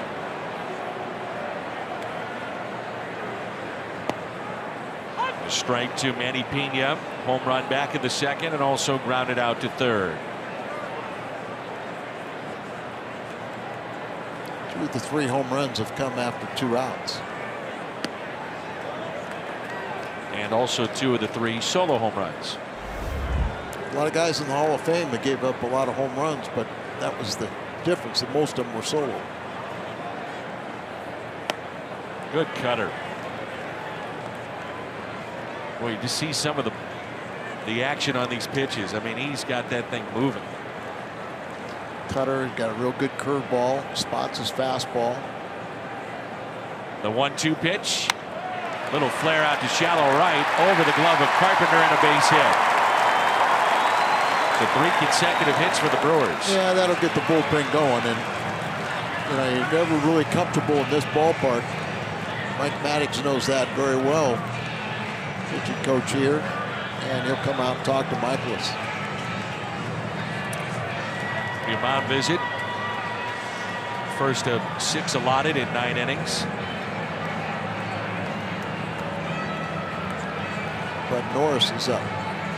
Cardinals continue their series with the Brewers this week on Fox Sports Midwest and FS1. Tomorrow night's game will be here on Midwest starting at 6. Wednesday's game on FS1. Coverage begins at 6, and both games are streaming on Fox Sports Go. But Norris, one of the relievers for the Cardinals, had a scoreless outing against the Mets over the weekend.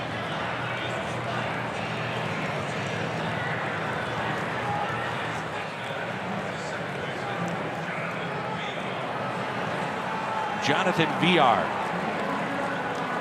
A bunt base hit in the second, struck out looking in the fourth.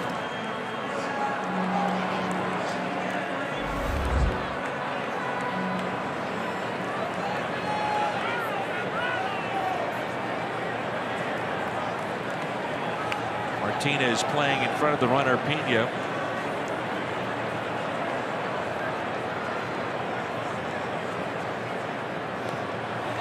Doing that, just guard against a bunt.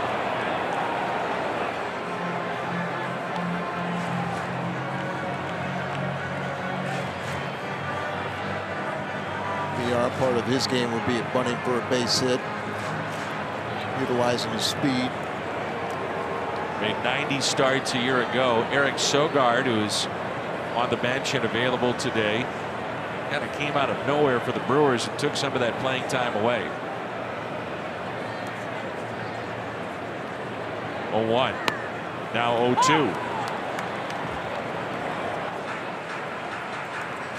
See if Martinez backs up.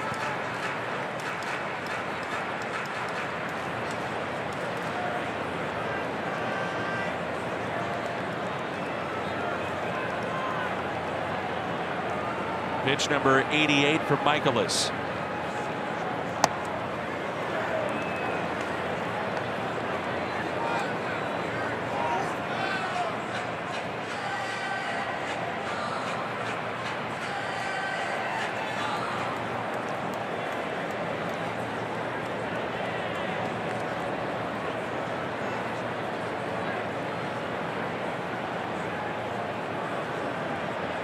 And the 1-2. In the dirt to the backstop. 2 balls and 2 strikes. Trying to squeeze one more out of Miles Michaelis. It appears probably the last batter that Michaelis will face either way. Breaking ball and right at the feet of a left-handed batter, one of the toughest for a catcher. A lot of times that'll hit, spin back the opposite way, but even the 8-time Gold Glover couldn't slide over there and block that one.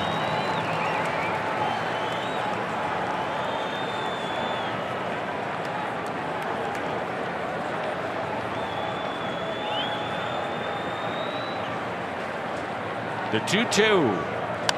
Fouled back. Michaelis has pitched well. If you just joined us, he also picked up his first major league hit, a home run. Going all the way back to 1913, he's just the third Cardinal pitcher to hit a home run in their first career start with the club. Len Hobby did it 1964. Marshall Bridges did it in 1959. And now today, Michaelis. Grounder, right side. Michaelis to the bag and in and out of his glove. How's Pena not home? He's got to score, doesn't he? Well, you're trailing by 4, and you got to make sure you walk home. And then by the time either you're taking off, he is a catcher. You know, and right here, I thought Carpenter led him perfectly. Ball up right around eye level. We'll take a look at Pena and see what he's doing. He would have been out then.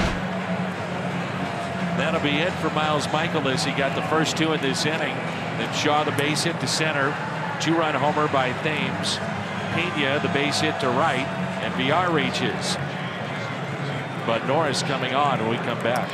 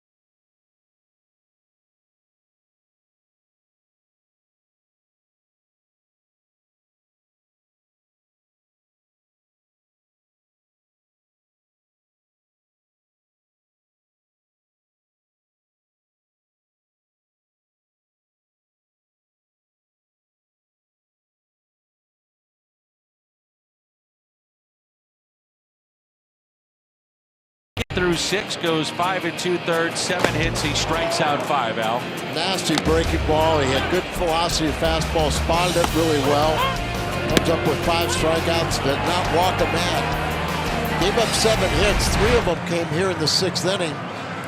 3 home runs allowed, but Norris does his job.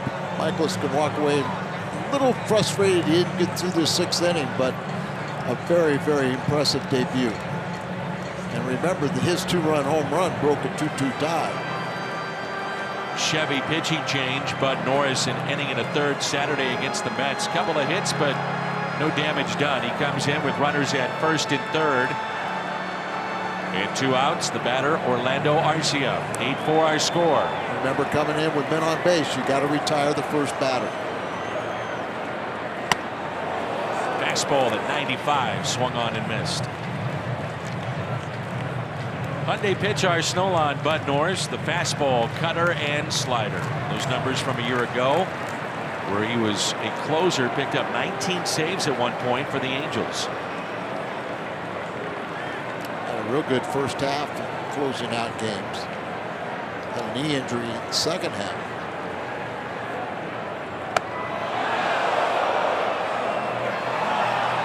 97 right there, and he gets a called strike, so he went around. But Norris, one of those guys that gets a lot of mileage out of fastballs up in the zone.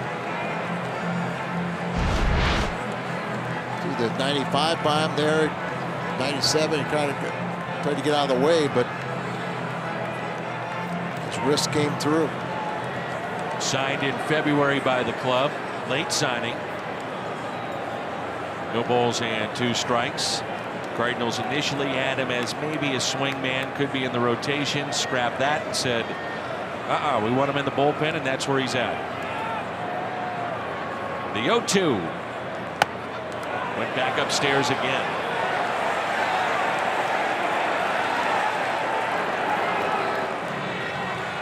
We were talking about the great success that Norris had against the Cardinals pitching for the Houston when he first showed up. And there were times where he would throw the ball up in the zone, and you just wondered how he had swing and miss stuff.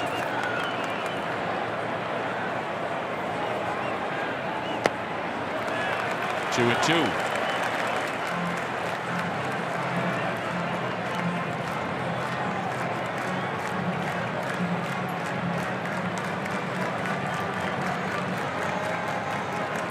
Relievers in the first 2 games where the Mets had trouble retiring that first battle.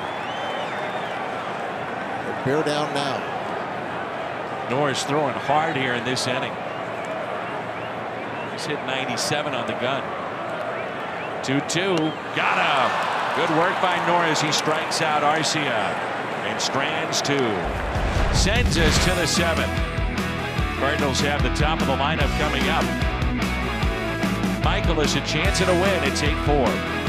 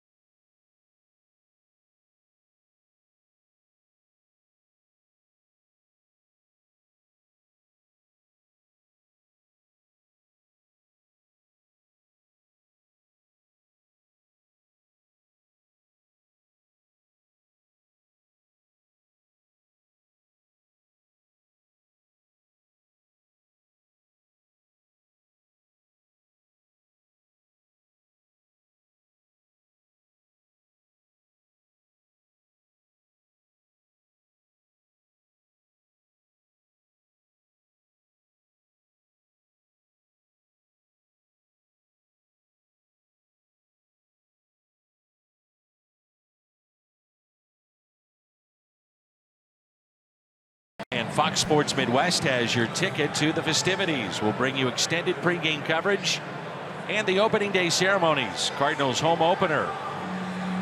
Coverage starts at 4 on Fox Sports Midwest and streaming on Fox Sports Go.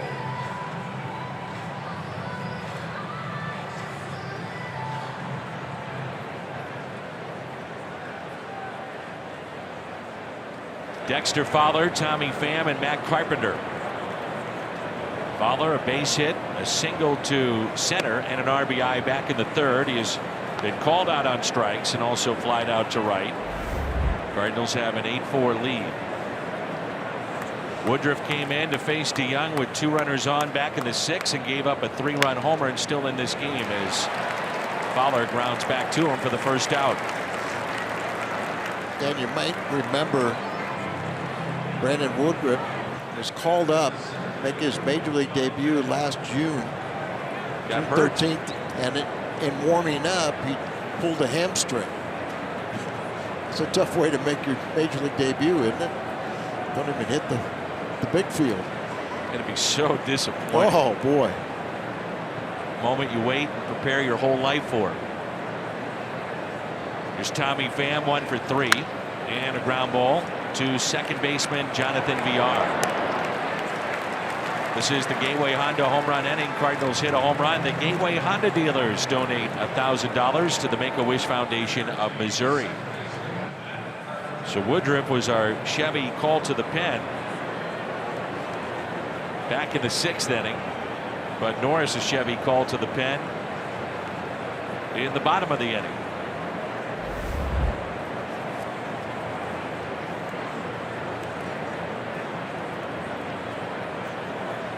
Here's Carpenter, base hit to right, and scored back in the 6th. He has also struck out twice. Strike 1.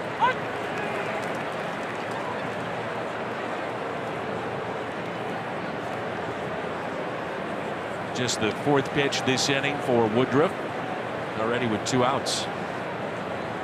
That spot will lead off at the bottom of this inning. Cardinals did have a right-hander throwing in the pen.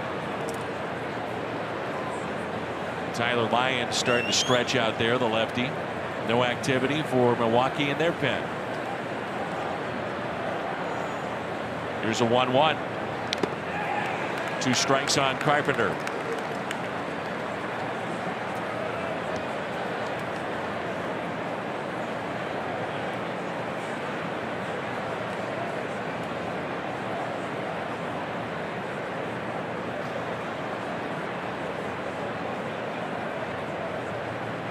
Cardinals scored 11 runs in the 3 games against the Mets, and today they put up 8.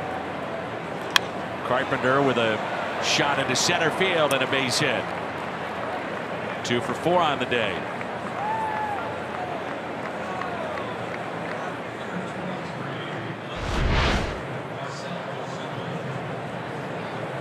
Slided over the infield, his 2nd hit. Out this game with a couple of strikeouts. Never feel comfortable with any lead in this ballpark, so keep on adding on. Short lead at first. Here's Ozuna.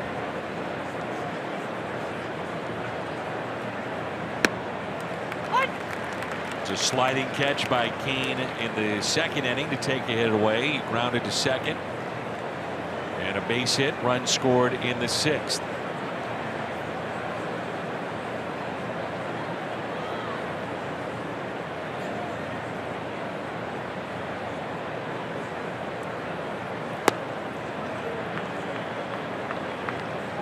Very short stride into the ball. So we've had a chance to watch him in spring training and here in the first week. Hands are in near the body, and it is a quick, and I mean quick bat. Yes.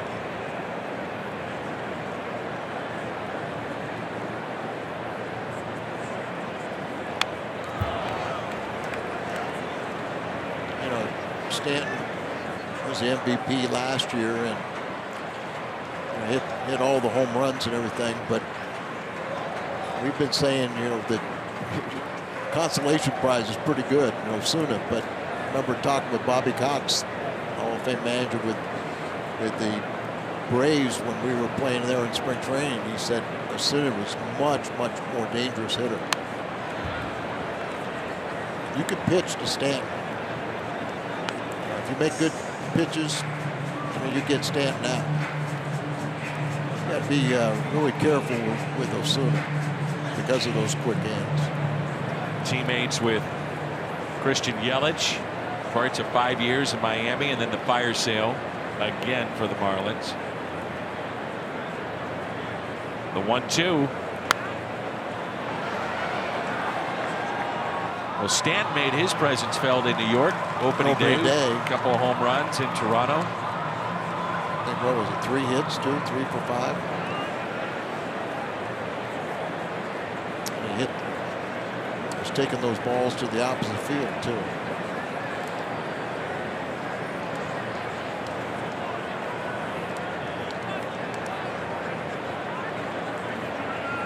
The 1-2. Strikeout of Ozuna. Home opener for Milwaukee, and it's time to stretch. Cardinals have a lead of 8-4.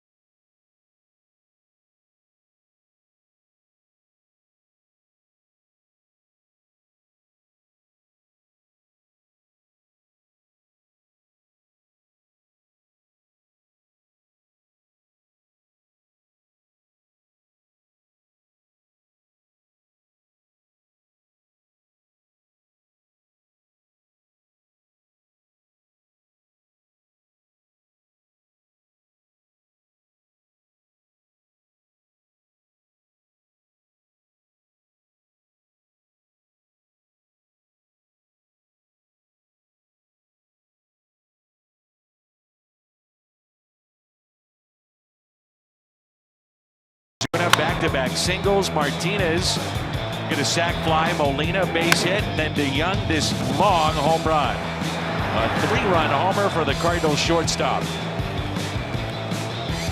All adds up to a 4-run inning, and the Cardinals have a 4-run lead. Paul, 3 home runs now in the young season. Bud Norris recorded the strikeout to end a threat in the bottom of the 6th. He'll get the 7th.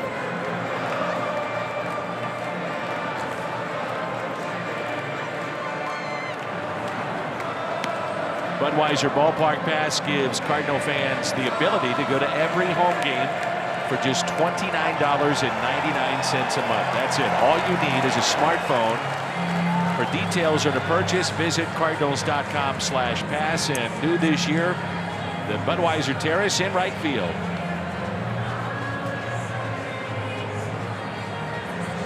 Pinch hitter is Eric Sogard. Then we'll see Kane and Yelich.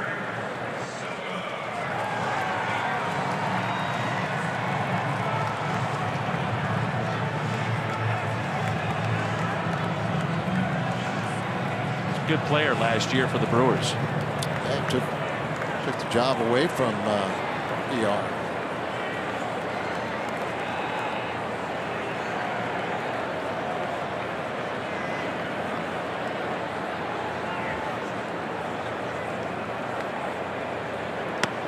First pitch taken for a ball. Sogard actually had a few at-bats against Michaelis as he made his major league debut back in 2010.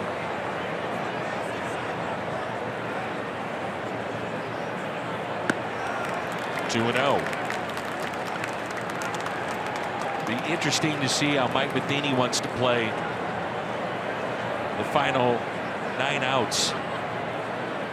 You want to be careful, I think, certainly with a Jordan Hicks. You've got Leone, who came in, got the final 3 outs yesterday.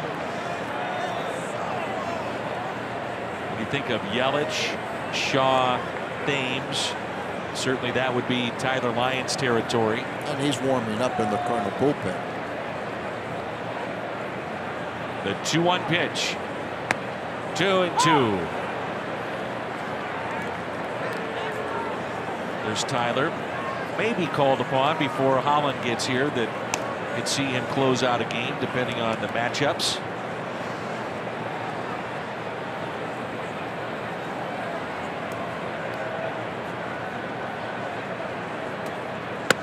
And a strikeout of Sogard. So Norris has come in and faced 2 and struck out 2.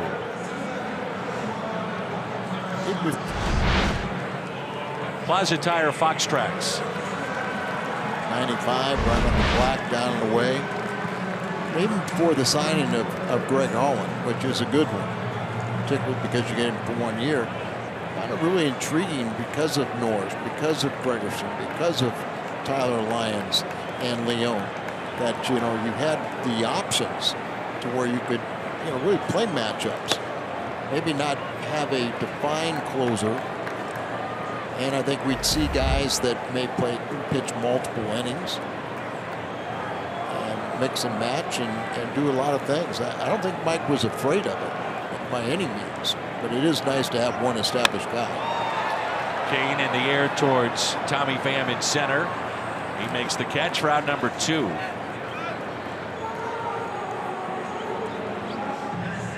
And Mike's going to make a double switch here.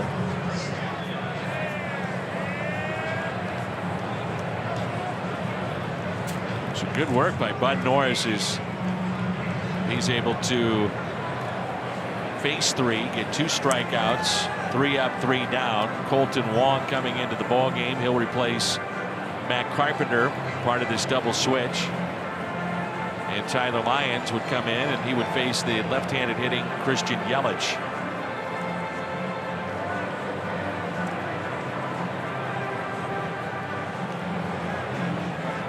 This will be our Chevy call to the pen.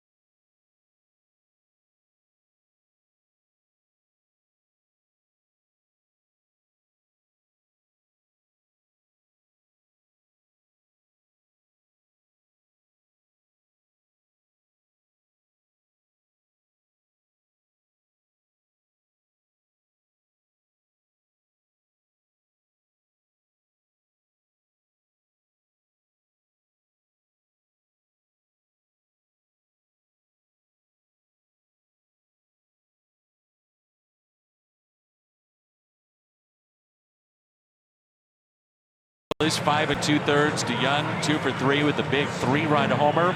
Zach Davies could not get through 6. He went 5 2/3. Thames a 2-run homer. Tyler Lyons in our Chevrolet call to the pen.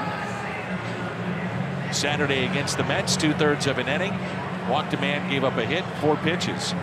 So Lyons gets Christian Yelich. It's part of a double switch. Colton Wong is into the ballgame at second.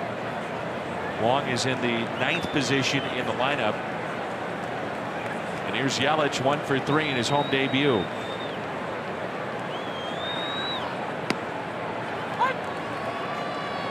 Good breaking ball there. Including Yelich, 3 of the next 4 hitters are all left-handed.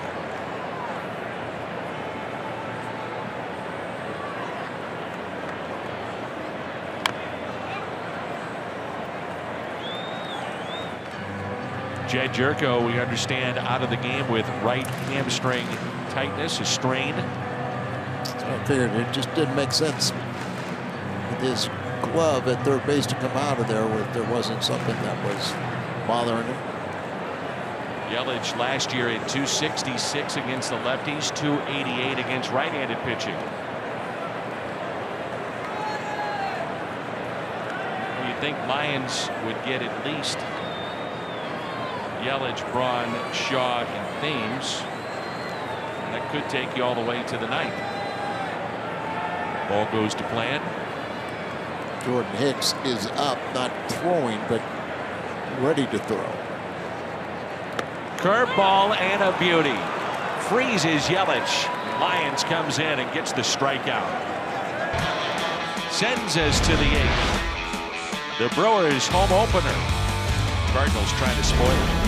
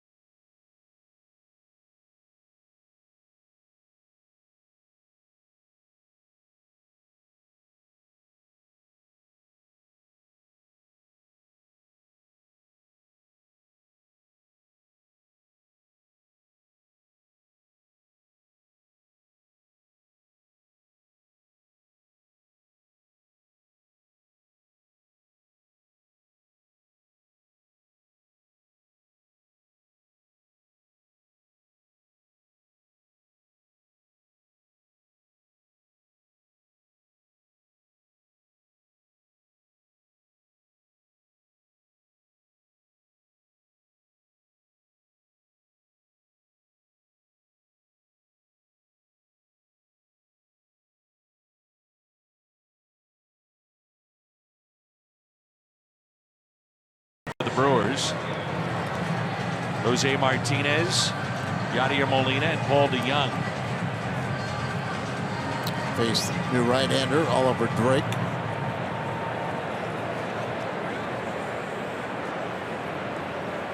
This is our Chevy call to the pen. Oliver Drake.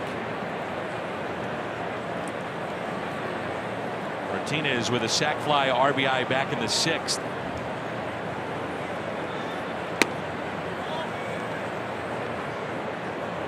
First 2 games, and there are the numbers for Drake. Appeared in Friday's ball game and ended up being the winning pitcher as he scored 5 runs in the 9th to steal a victory from the Padres.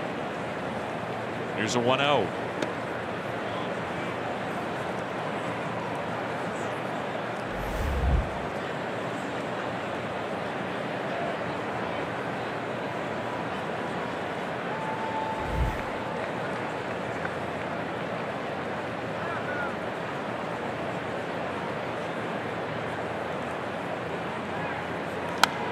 Out of play.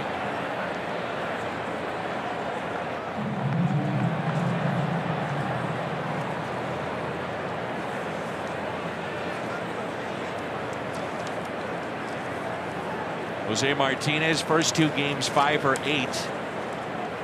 Last 2 he's 0 for 7, but hit the ball really hard. Nothing to show for it.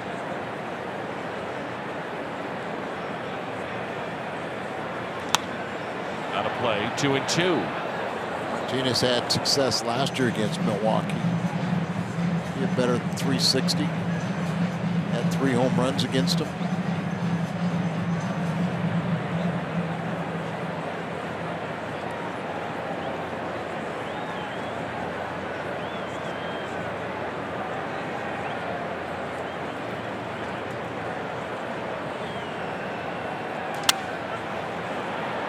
Popped up. Foul territory. Davis. 1 away.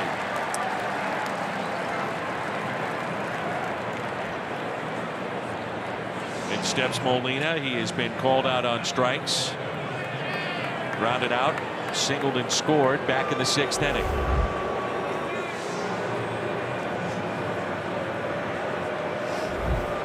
Oliver Drake also went to the Naval Academy.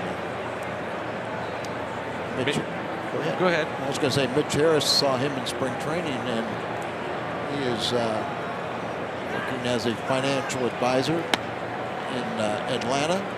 He's actually invited by the Cardinal organization to talk to their young prospects, trying to manage their money a little better and give them an idea of what's happening in the world of. I think that's a great idea. Part of the step camp program. Yeah, camp. 20 kids, 25 of the young top prospects brought in 7 to 10 days before spring training opens up for the minor leaguers. Some will be called upon to play in a major league game as Molina hits it sharply to left and the catch is made. 6th inning, big blast in this game. Paul DeYoung.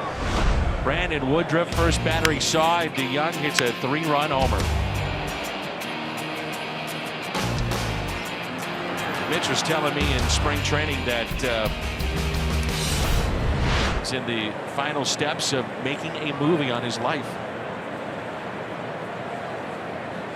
Mitch Harris, he made his debut, by the way, this ballpark here in Milwaukee. Remember, signed with the Naval Academy, you know, you have a 5-year commitment after graduation, and there have been some athletes that got an exemption, but the Secretary of the Navy said no, and he served his 5 years, still in the reserves, and then tried to start his big league career.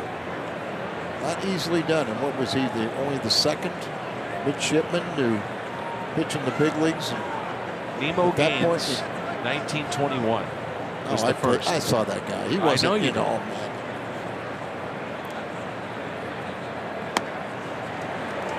Now you at times struggle remembering yesterday or even this morning, much less 1921. But I can remember 21. You remember Nemo. He was a character. Cup of coffee.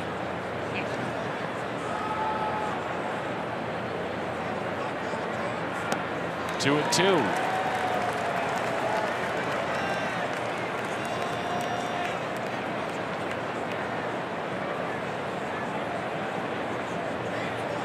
There's already been 10 players, not even through the first week of the regular season, that had a multi-home run game. DeYoung is one of them. Hits it sharply past Arcian into left field. Ball ate him up. That's a good defensive shortstop that olayed it. 103 miles per hour off the bat.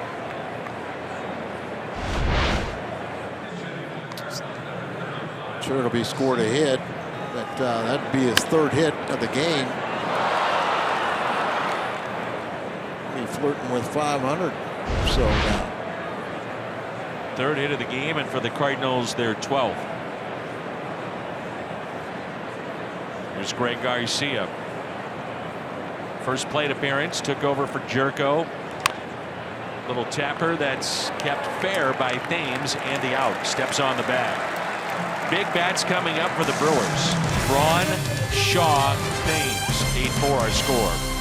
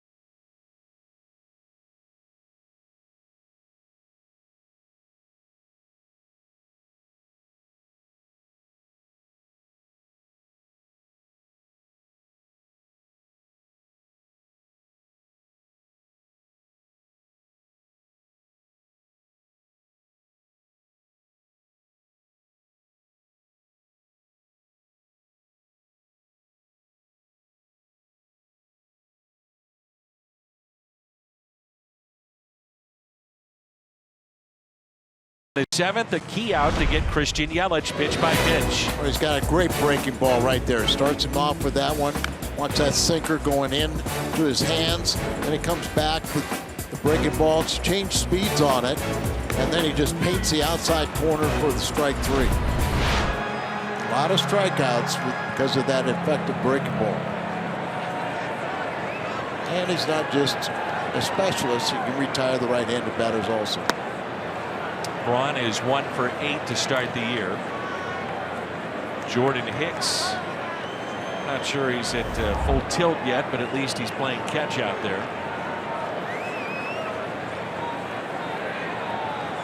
0-1. Fly ball into right. Fowler makes the catch. I'm sure Brian Eversgerd, and we're all so happy to see him back in the big leagues. 20 years absence, paid his dues, but I'm sure he'll put a reins on Hicks. Try to really hold him back and not let him throw too much.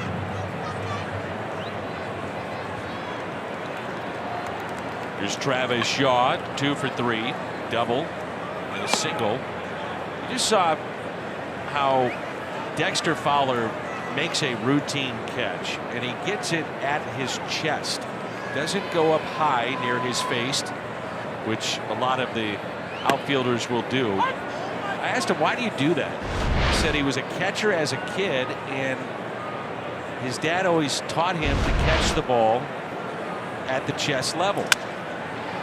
And so it's carried over to the outfield. He was the only guy that could throw to second base. He was a catcher. His dad was his coach.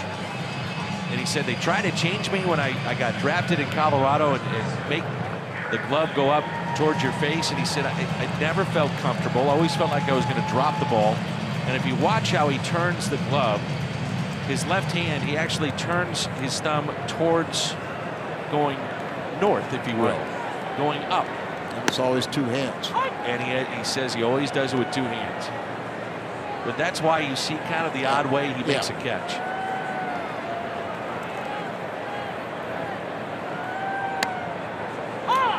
Oh, and 2 on Thames. He's painting that down and away.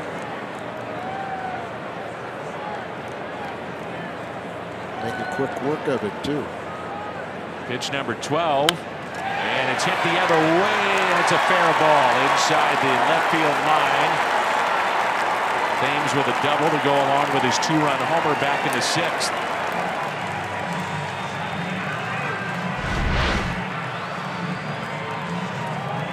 Sanciati setting up away, and it's a real good pitch down away, but I think he's guessing. I'm guessing that that's where he's going to get a breaking ball there.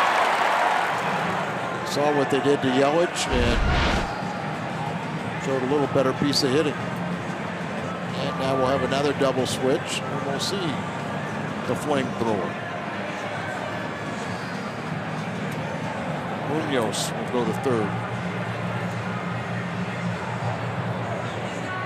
So put the Cardinals down to one position player in Francisco Pena. So Munoz will go to third. Jordan Hicks will come on.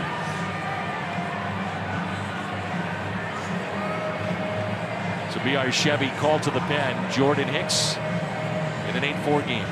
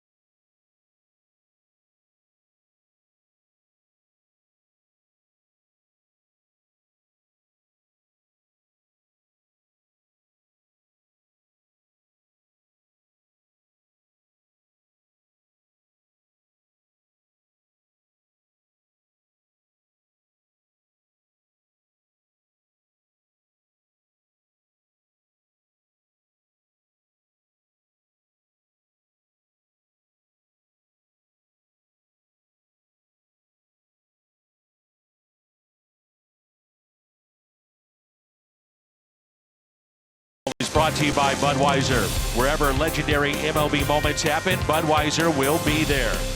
By the new Brunchfest Country Scrambler Plate with Jimmy Dean sausage links only at Jack in the Box. And by Ford, going further so you can.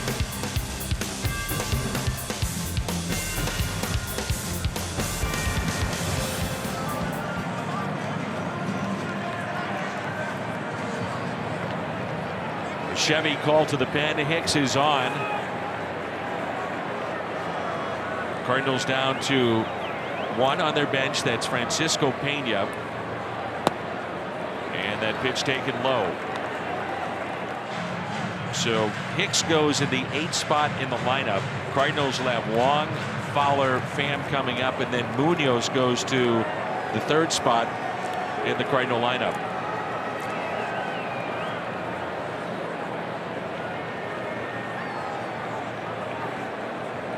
Here's a 1-0 pitch. Young man has been throwing hard coming out of the pen. And Dan, this is probably the first time in his history, as you see, the highest average fastball velocity in the big leagues this year, owned by Mr. Hicks. Probably the first time in his career he's thrown back-to-back games. 3rd appearance, 4th game. 2-1. No doubt he's got electric stuff, but remember, just this year is the first time he's pitched above high A.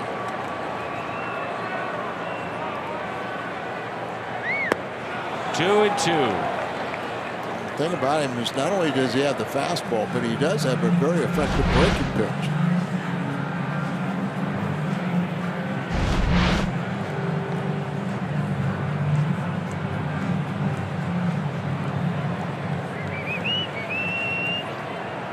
turned 22 until September. The 2-2. It's the velocity. There's triple digits, but also the sink. Yeah, I mean, it wasn't a couple of years ago. You never saw a guy throw 94 with sink. Now you're talking about he throws 100 with sink.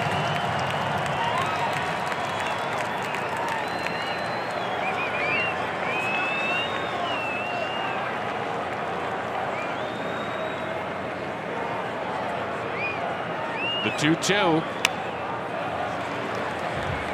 98, you start to see that sinking action. Started low. You really didn't get a chance to really see it, but hard to center that. From Houston in spring training, Scipio Spinks said, hey, he lives in Houston. A lot of people remember Scipio in the 70s with Mighty Joe Young. Do you remember Mighty Joe Young? Remember Scipio? Mighty Joe Young was was a stuffed animal, a gorilla, that he would bring out on the bench and sit with. Oh, is that right? Oh, yeah. Scipio, I'll tell you what, no telling how good his career might have been if he wouldn't have ran into Johnny Bench. Wow. That is filthy from Hicks. Struck him out. That'll send us to inning number 9. Yeah, there's 100 miles an hour. There's also that. Jordan Hicks, the strikeout.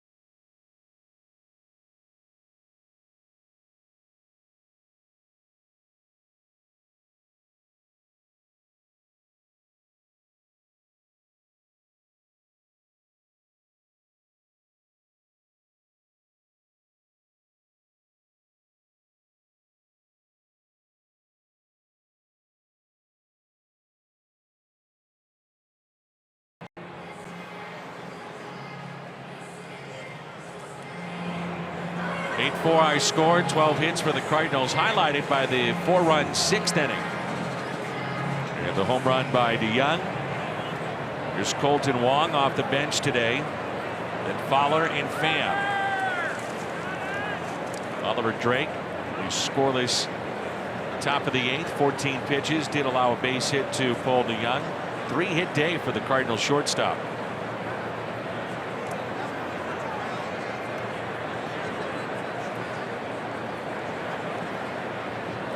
Colton hit .364 last year against the Brewers and put up some of his best numbers. 8 doubles, drove in 11.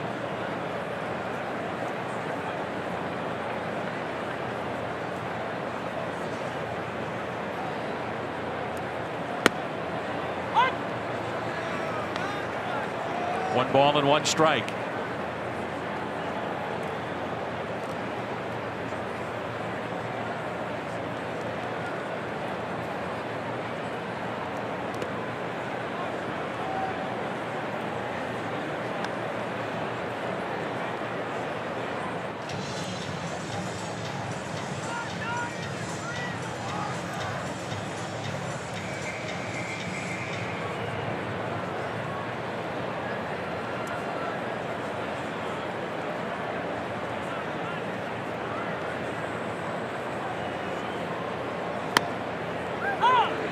2-2. Like a splitter there that really didn't do much. Colton looking for that first hit, 0 for 6 in the series against the Mets.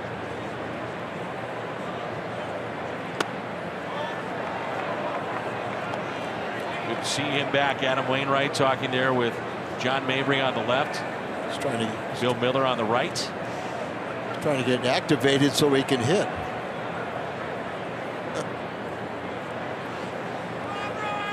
I'll tell you, one of the things he is talking about is Colton Wong and how he's holding the bat. Yep. Hits a fly ball into right. Tim McCarver has pointed this out time and again, and we were talking about it before the game. Wong sometimes will hold the bat resting on his shoulder. Other times it's more off the shoulder and straight up, and I think that's what he's talking about too. He didn't hit the ball really well in spring training with it rested on his shoulders. So now, he's trying something new. Didn't really work. So now you kind of go back to what you were doing last year, where it looked like he had a breakout season. Colton's biggest problem is staying healthy. Here's Fowler, 1 for 4 today. It's just been a little in between. A little ahead, sometimes a little bit behind. That'll change, though. The track record's there. Ground ball, backhanded. VR retires Fowler.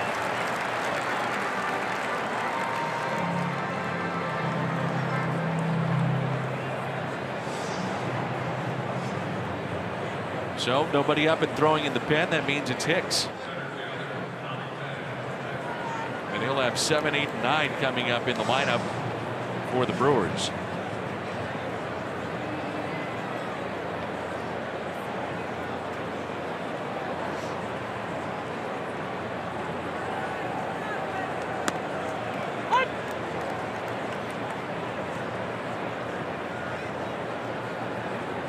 Hicks trying to get that 9th inning.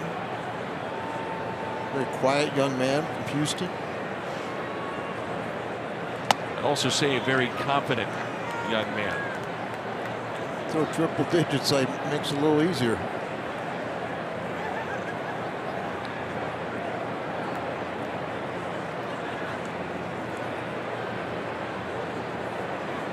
Here's a 1-1. Down and ended Tommy Pham. Fly to center, struck out, singled in the 6th, was caught stealing and grounded out to second. Drake's 6'4" and really gets on top of the ball to get on top of that splitter.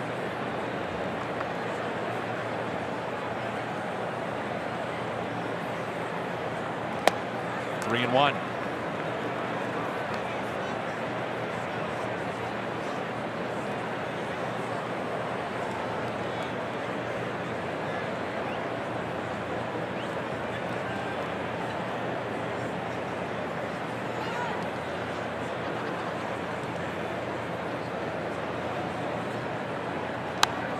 Full count. To my optometrist this past week, and I was asking him about Pham's eye condition, and he said it was like trying to see through a construction cone. Ouch. Tough. But they have made some breakthroughs with I think a new surgical procedure, but also what they're trying to do with the lenses. Missed outside, barely. Pham will take it. He's on base for the 2nd time. Got to be able to see pretty effectively to take this pitch, don't you? Recognize the spin, the break.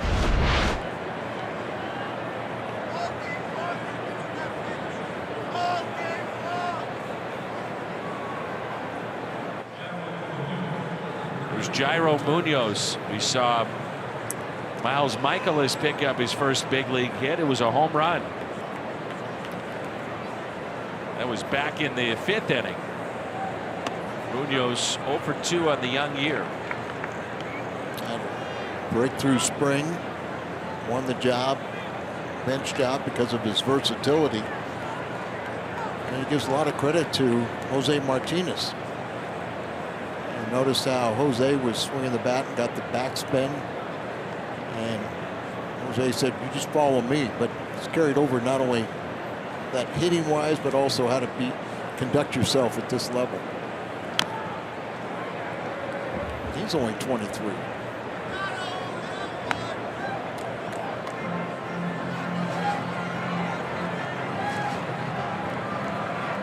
Part of the Piscotti trade with Oakland.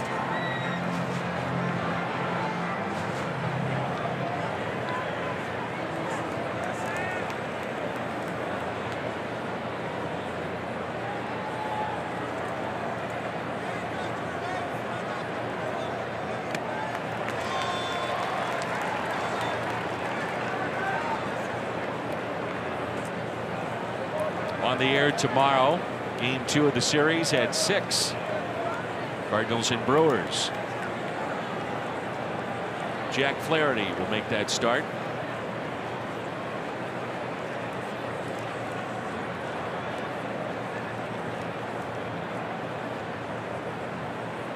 And the 1-2 on a play.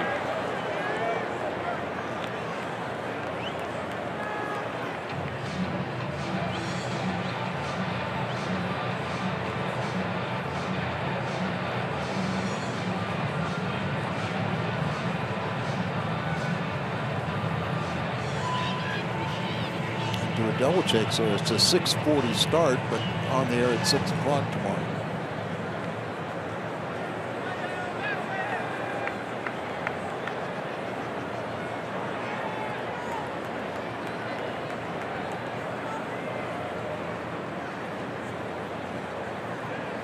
One-two, base hit into left. Jairo Munoz, his first hit. Michaelis, his first hit, and now Munoz. He stung that ball there.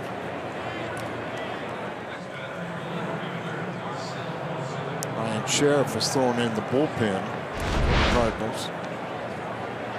A great moment it is anytime you see that first appearance, strikeout, pitch, base hit, whatever. And to hit a line drive. And a dream realized to make it to the big leagues and get your first hit. That's great.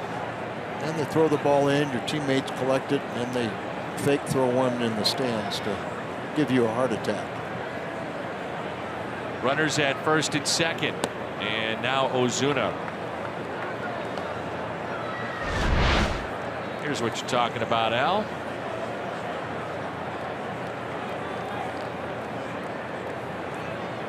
And he's got the good one. Didn't do a good job of faking it as he showed the good one. But somebody's right now putting that on eBay. Hey, it's Munoz's first major league hit. Not really. A ball and a strike here on Ozuna. Now you got the authenticators in the dugout to really label that the first hit for a player. Ozuna hits it to the right side. Nice play by Jonathan Villar. Bottom of the 9th rolls in. Hicks back to work when we come back.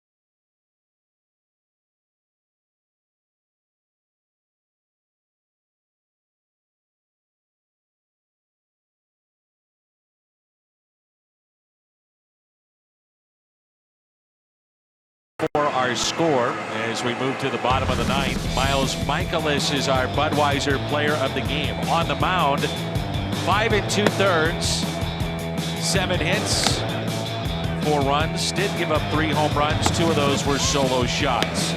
Speaking of home runs, first ever hit in the big leagues. Takes one deep. Miles Michaelis, your Budweiser player of the game. It's also, the score holds, be the game-winning RBIs. So that note on the Cardinals bullpen, it's been very effective. 1 pitch, 1 out. Right at Munoz, who's playing in. Playing in, and 1 pitch, 1 out. And bullpen has been very good the last couple games. This day and age of baseball, the bullpen, it's always been important, obviously, but it takes on greater importance if you're not going to allow starters to go deeper into games. We'll see how this new analytic trend where guys don't go 3 times through an order.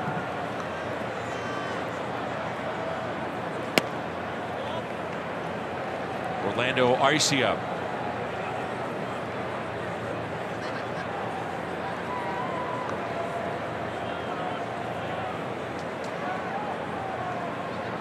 And the 1-0. 2 balls, no strikes. Arcia over 3 today with a pair of strikeouts.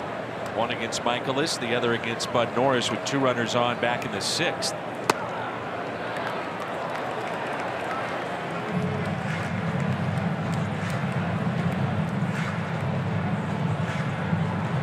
There's Aguilar. Hits for big power.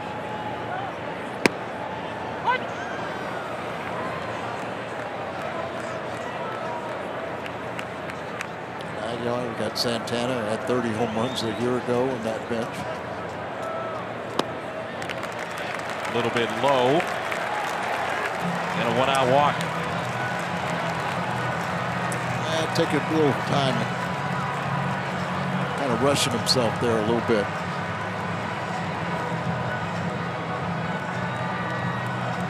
Jesus Aguilar.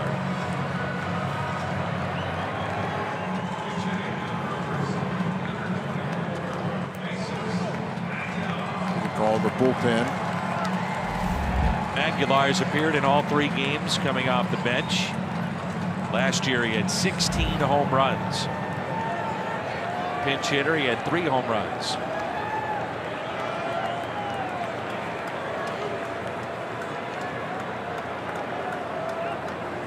Hicks would love the double play. Pitch taken high.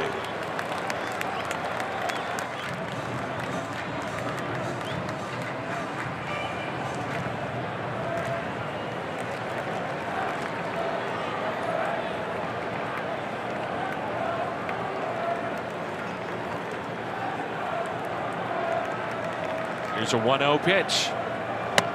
And a strike, 1-1.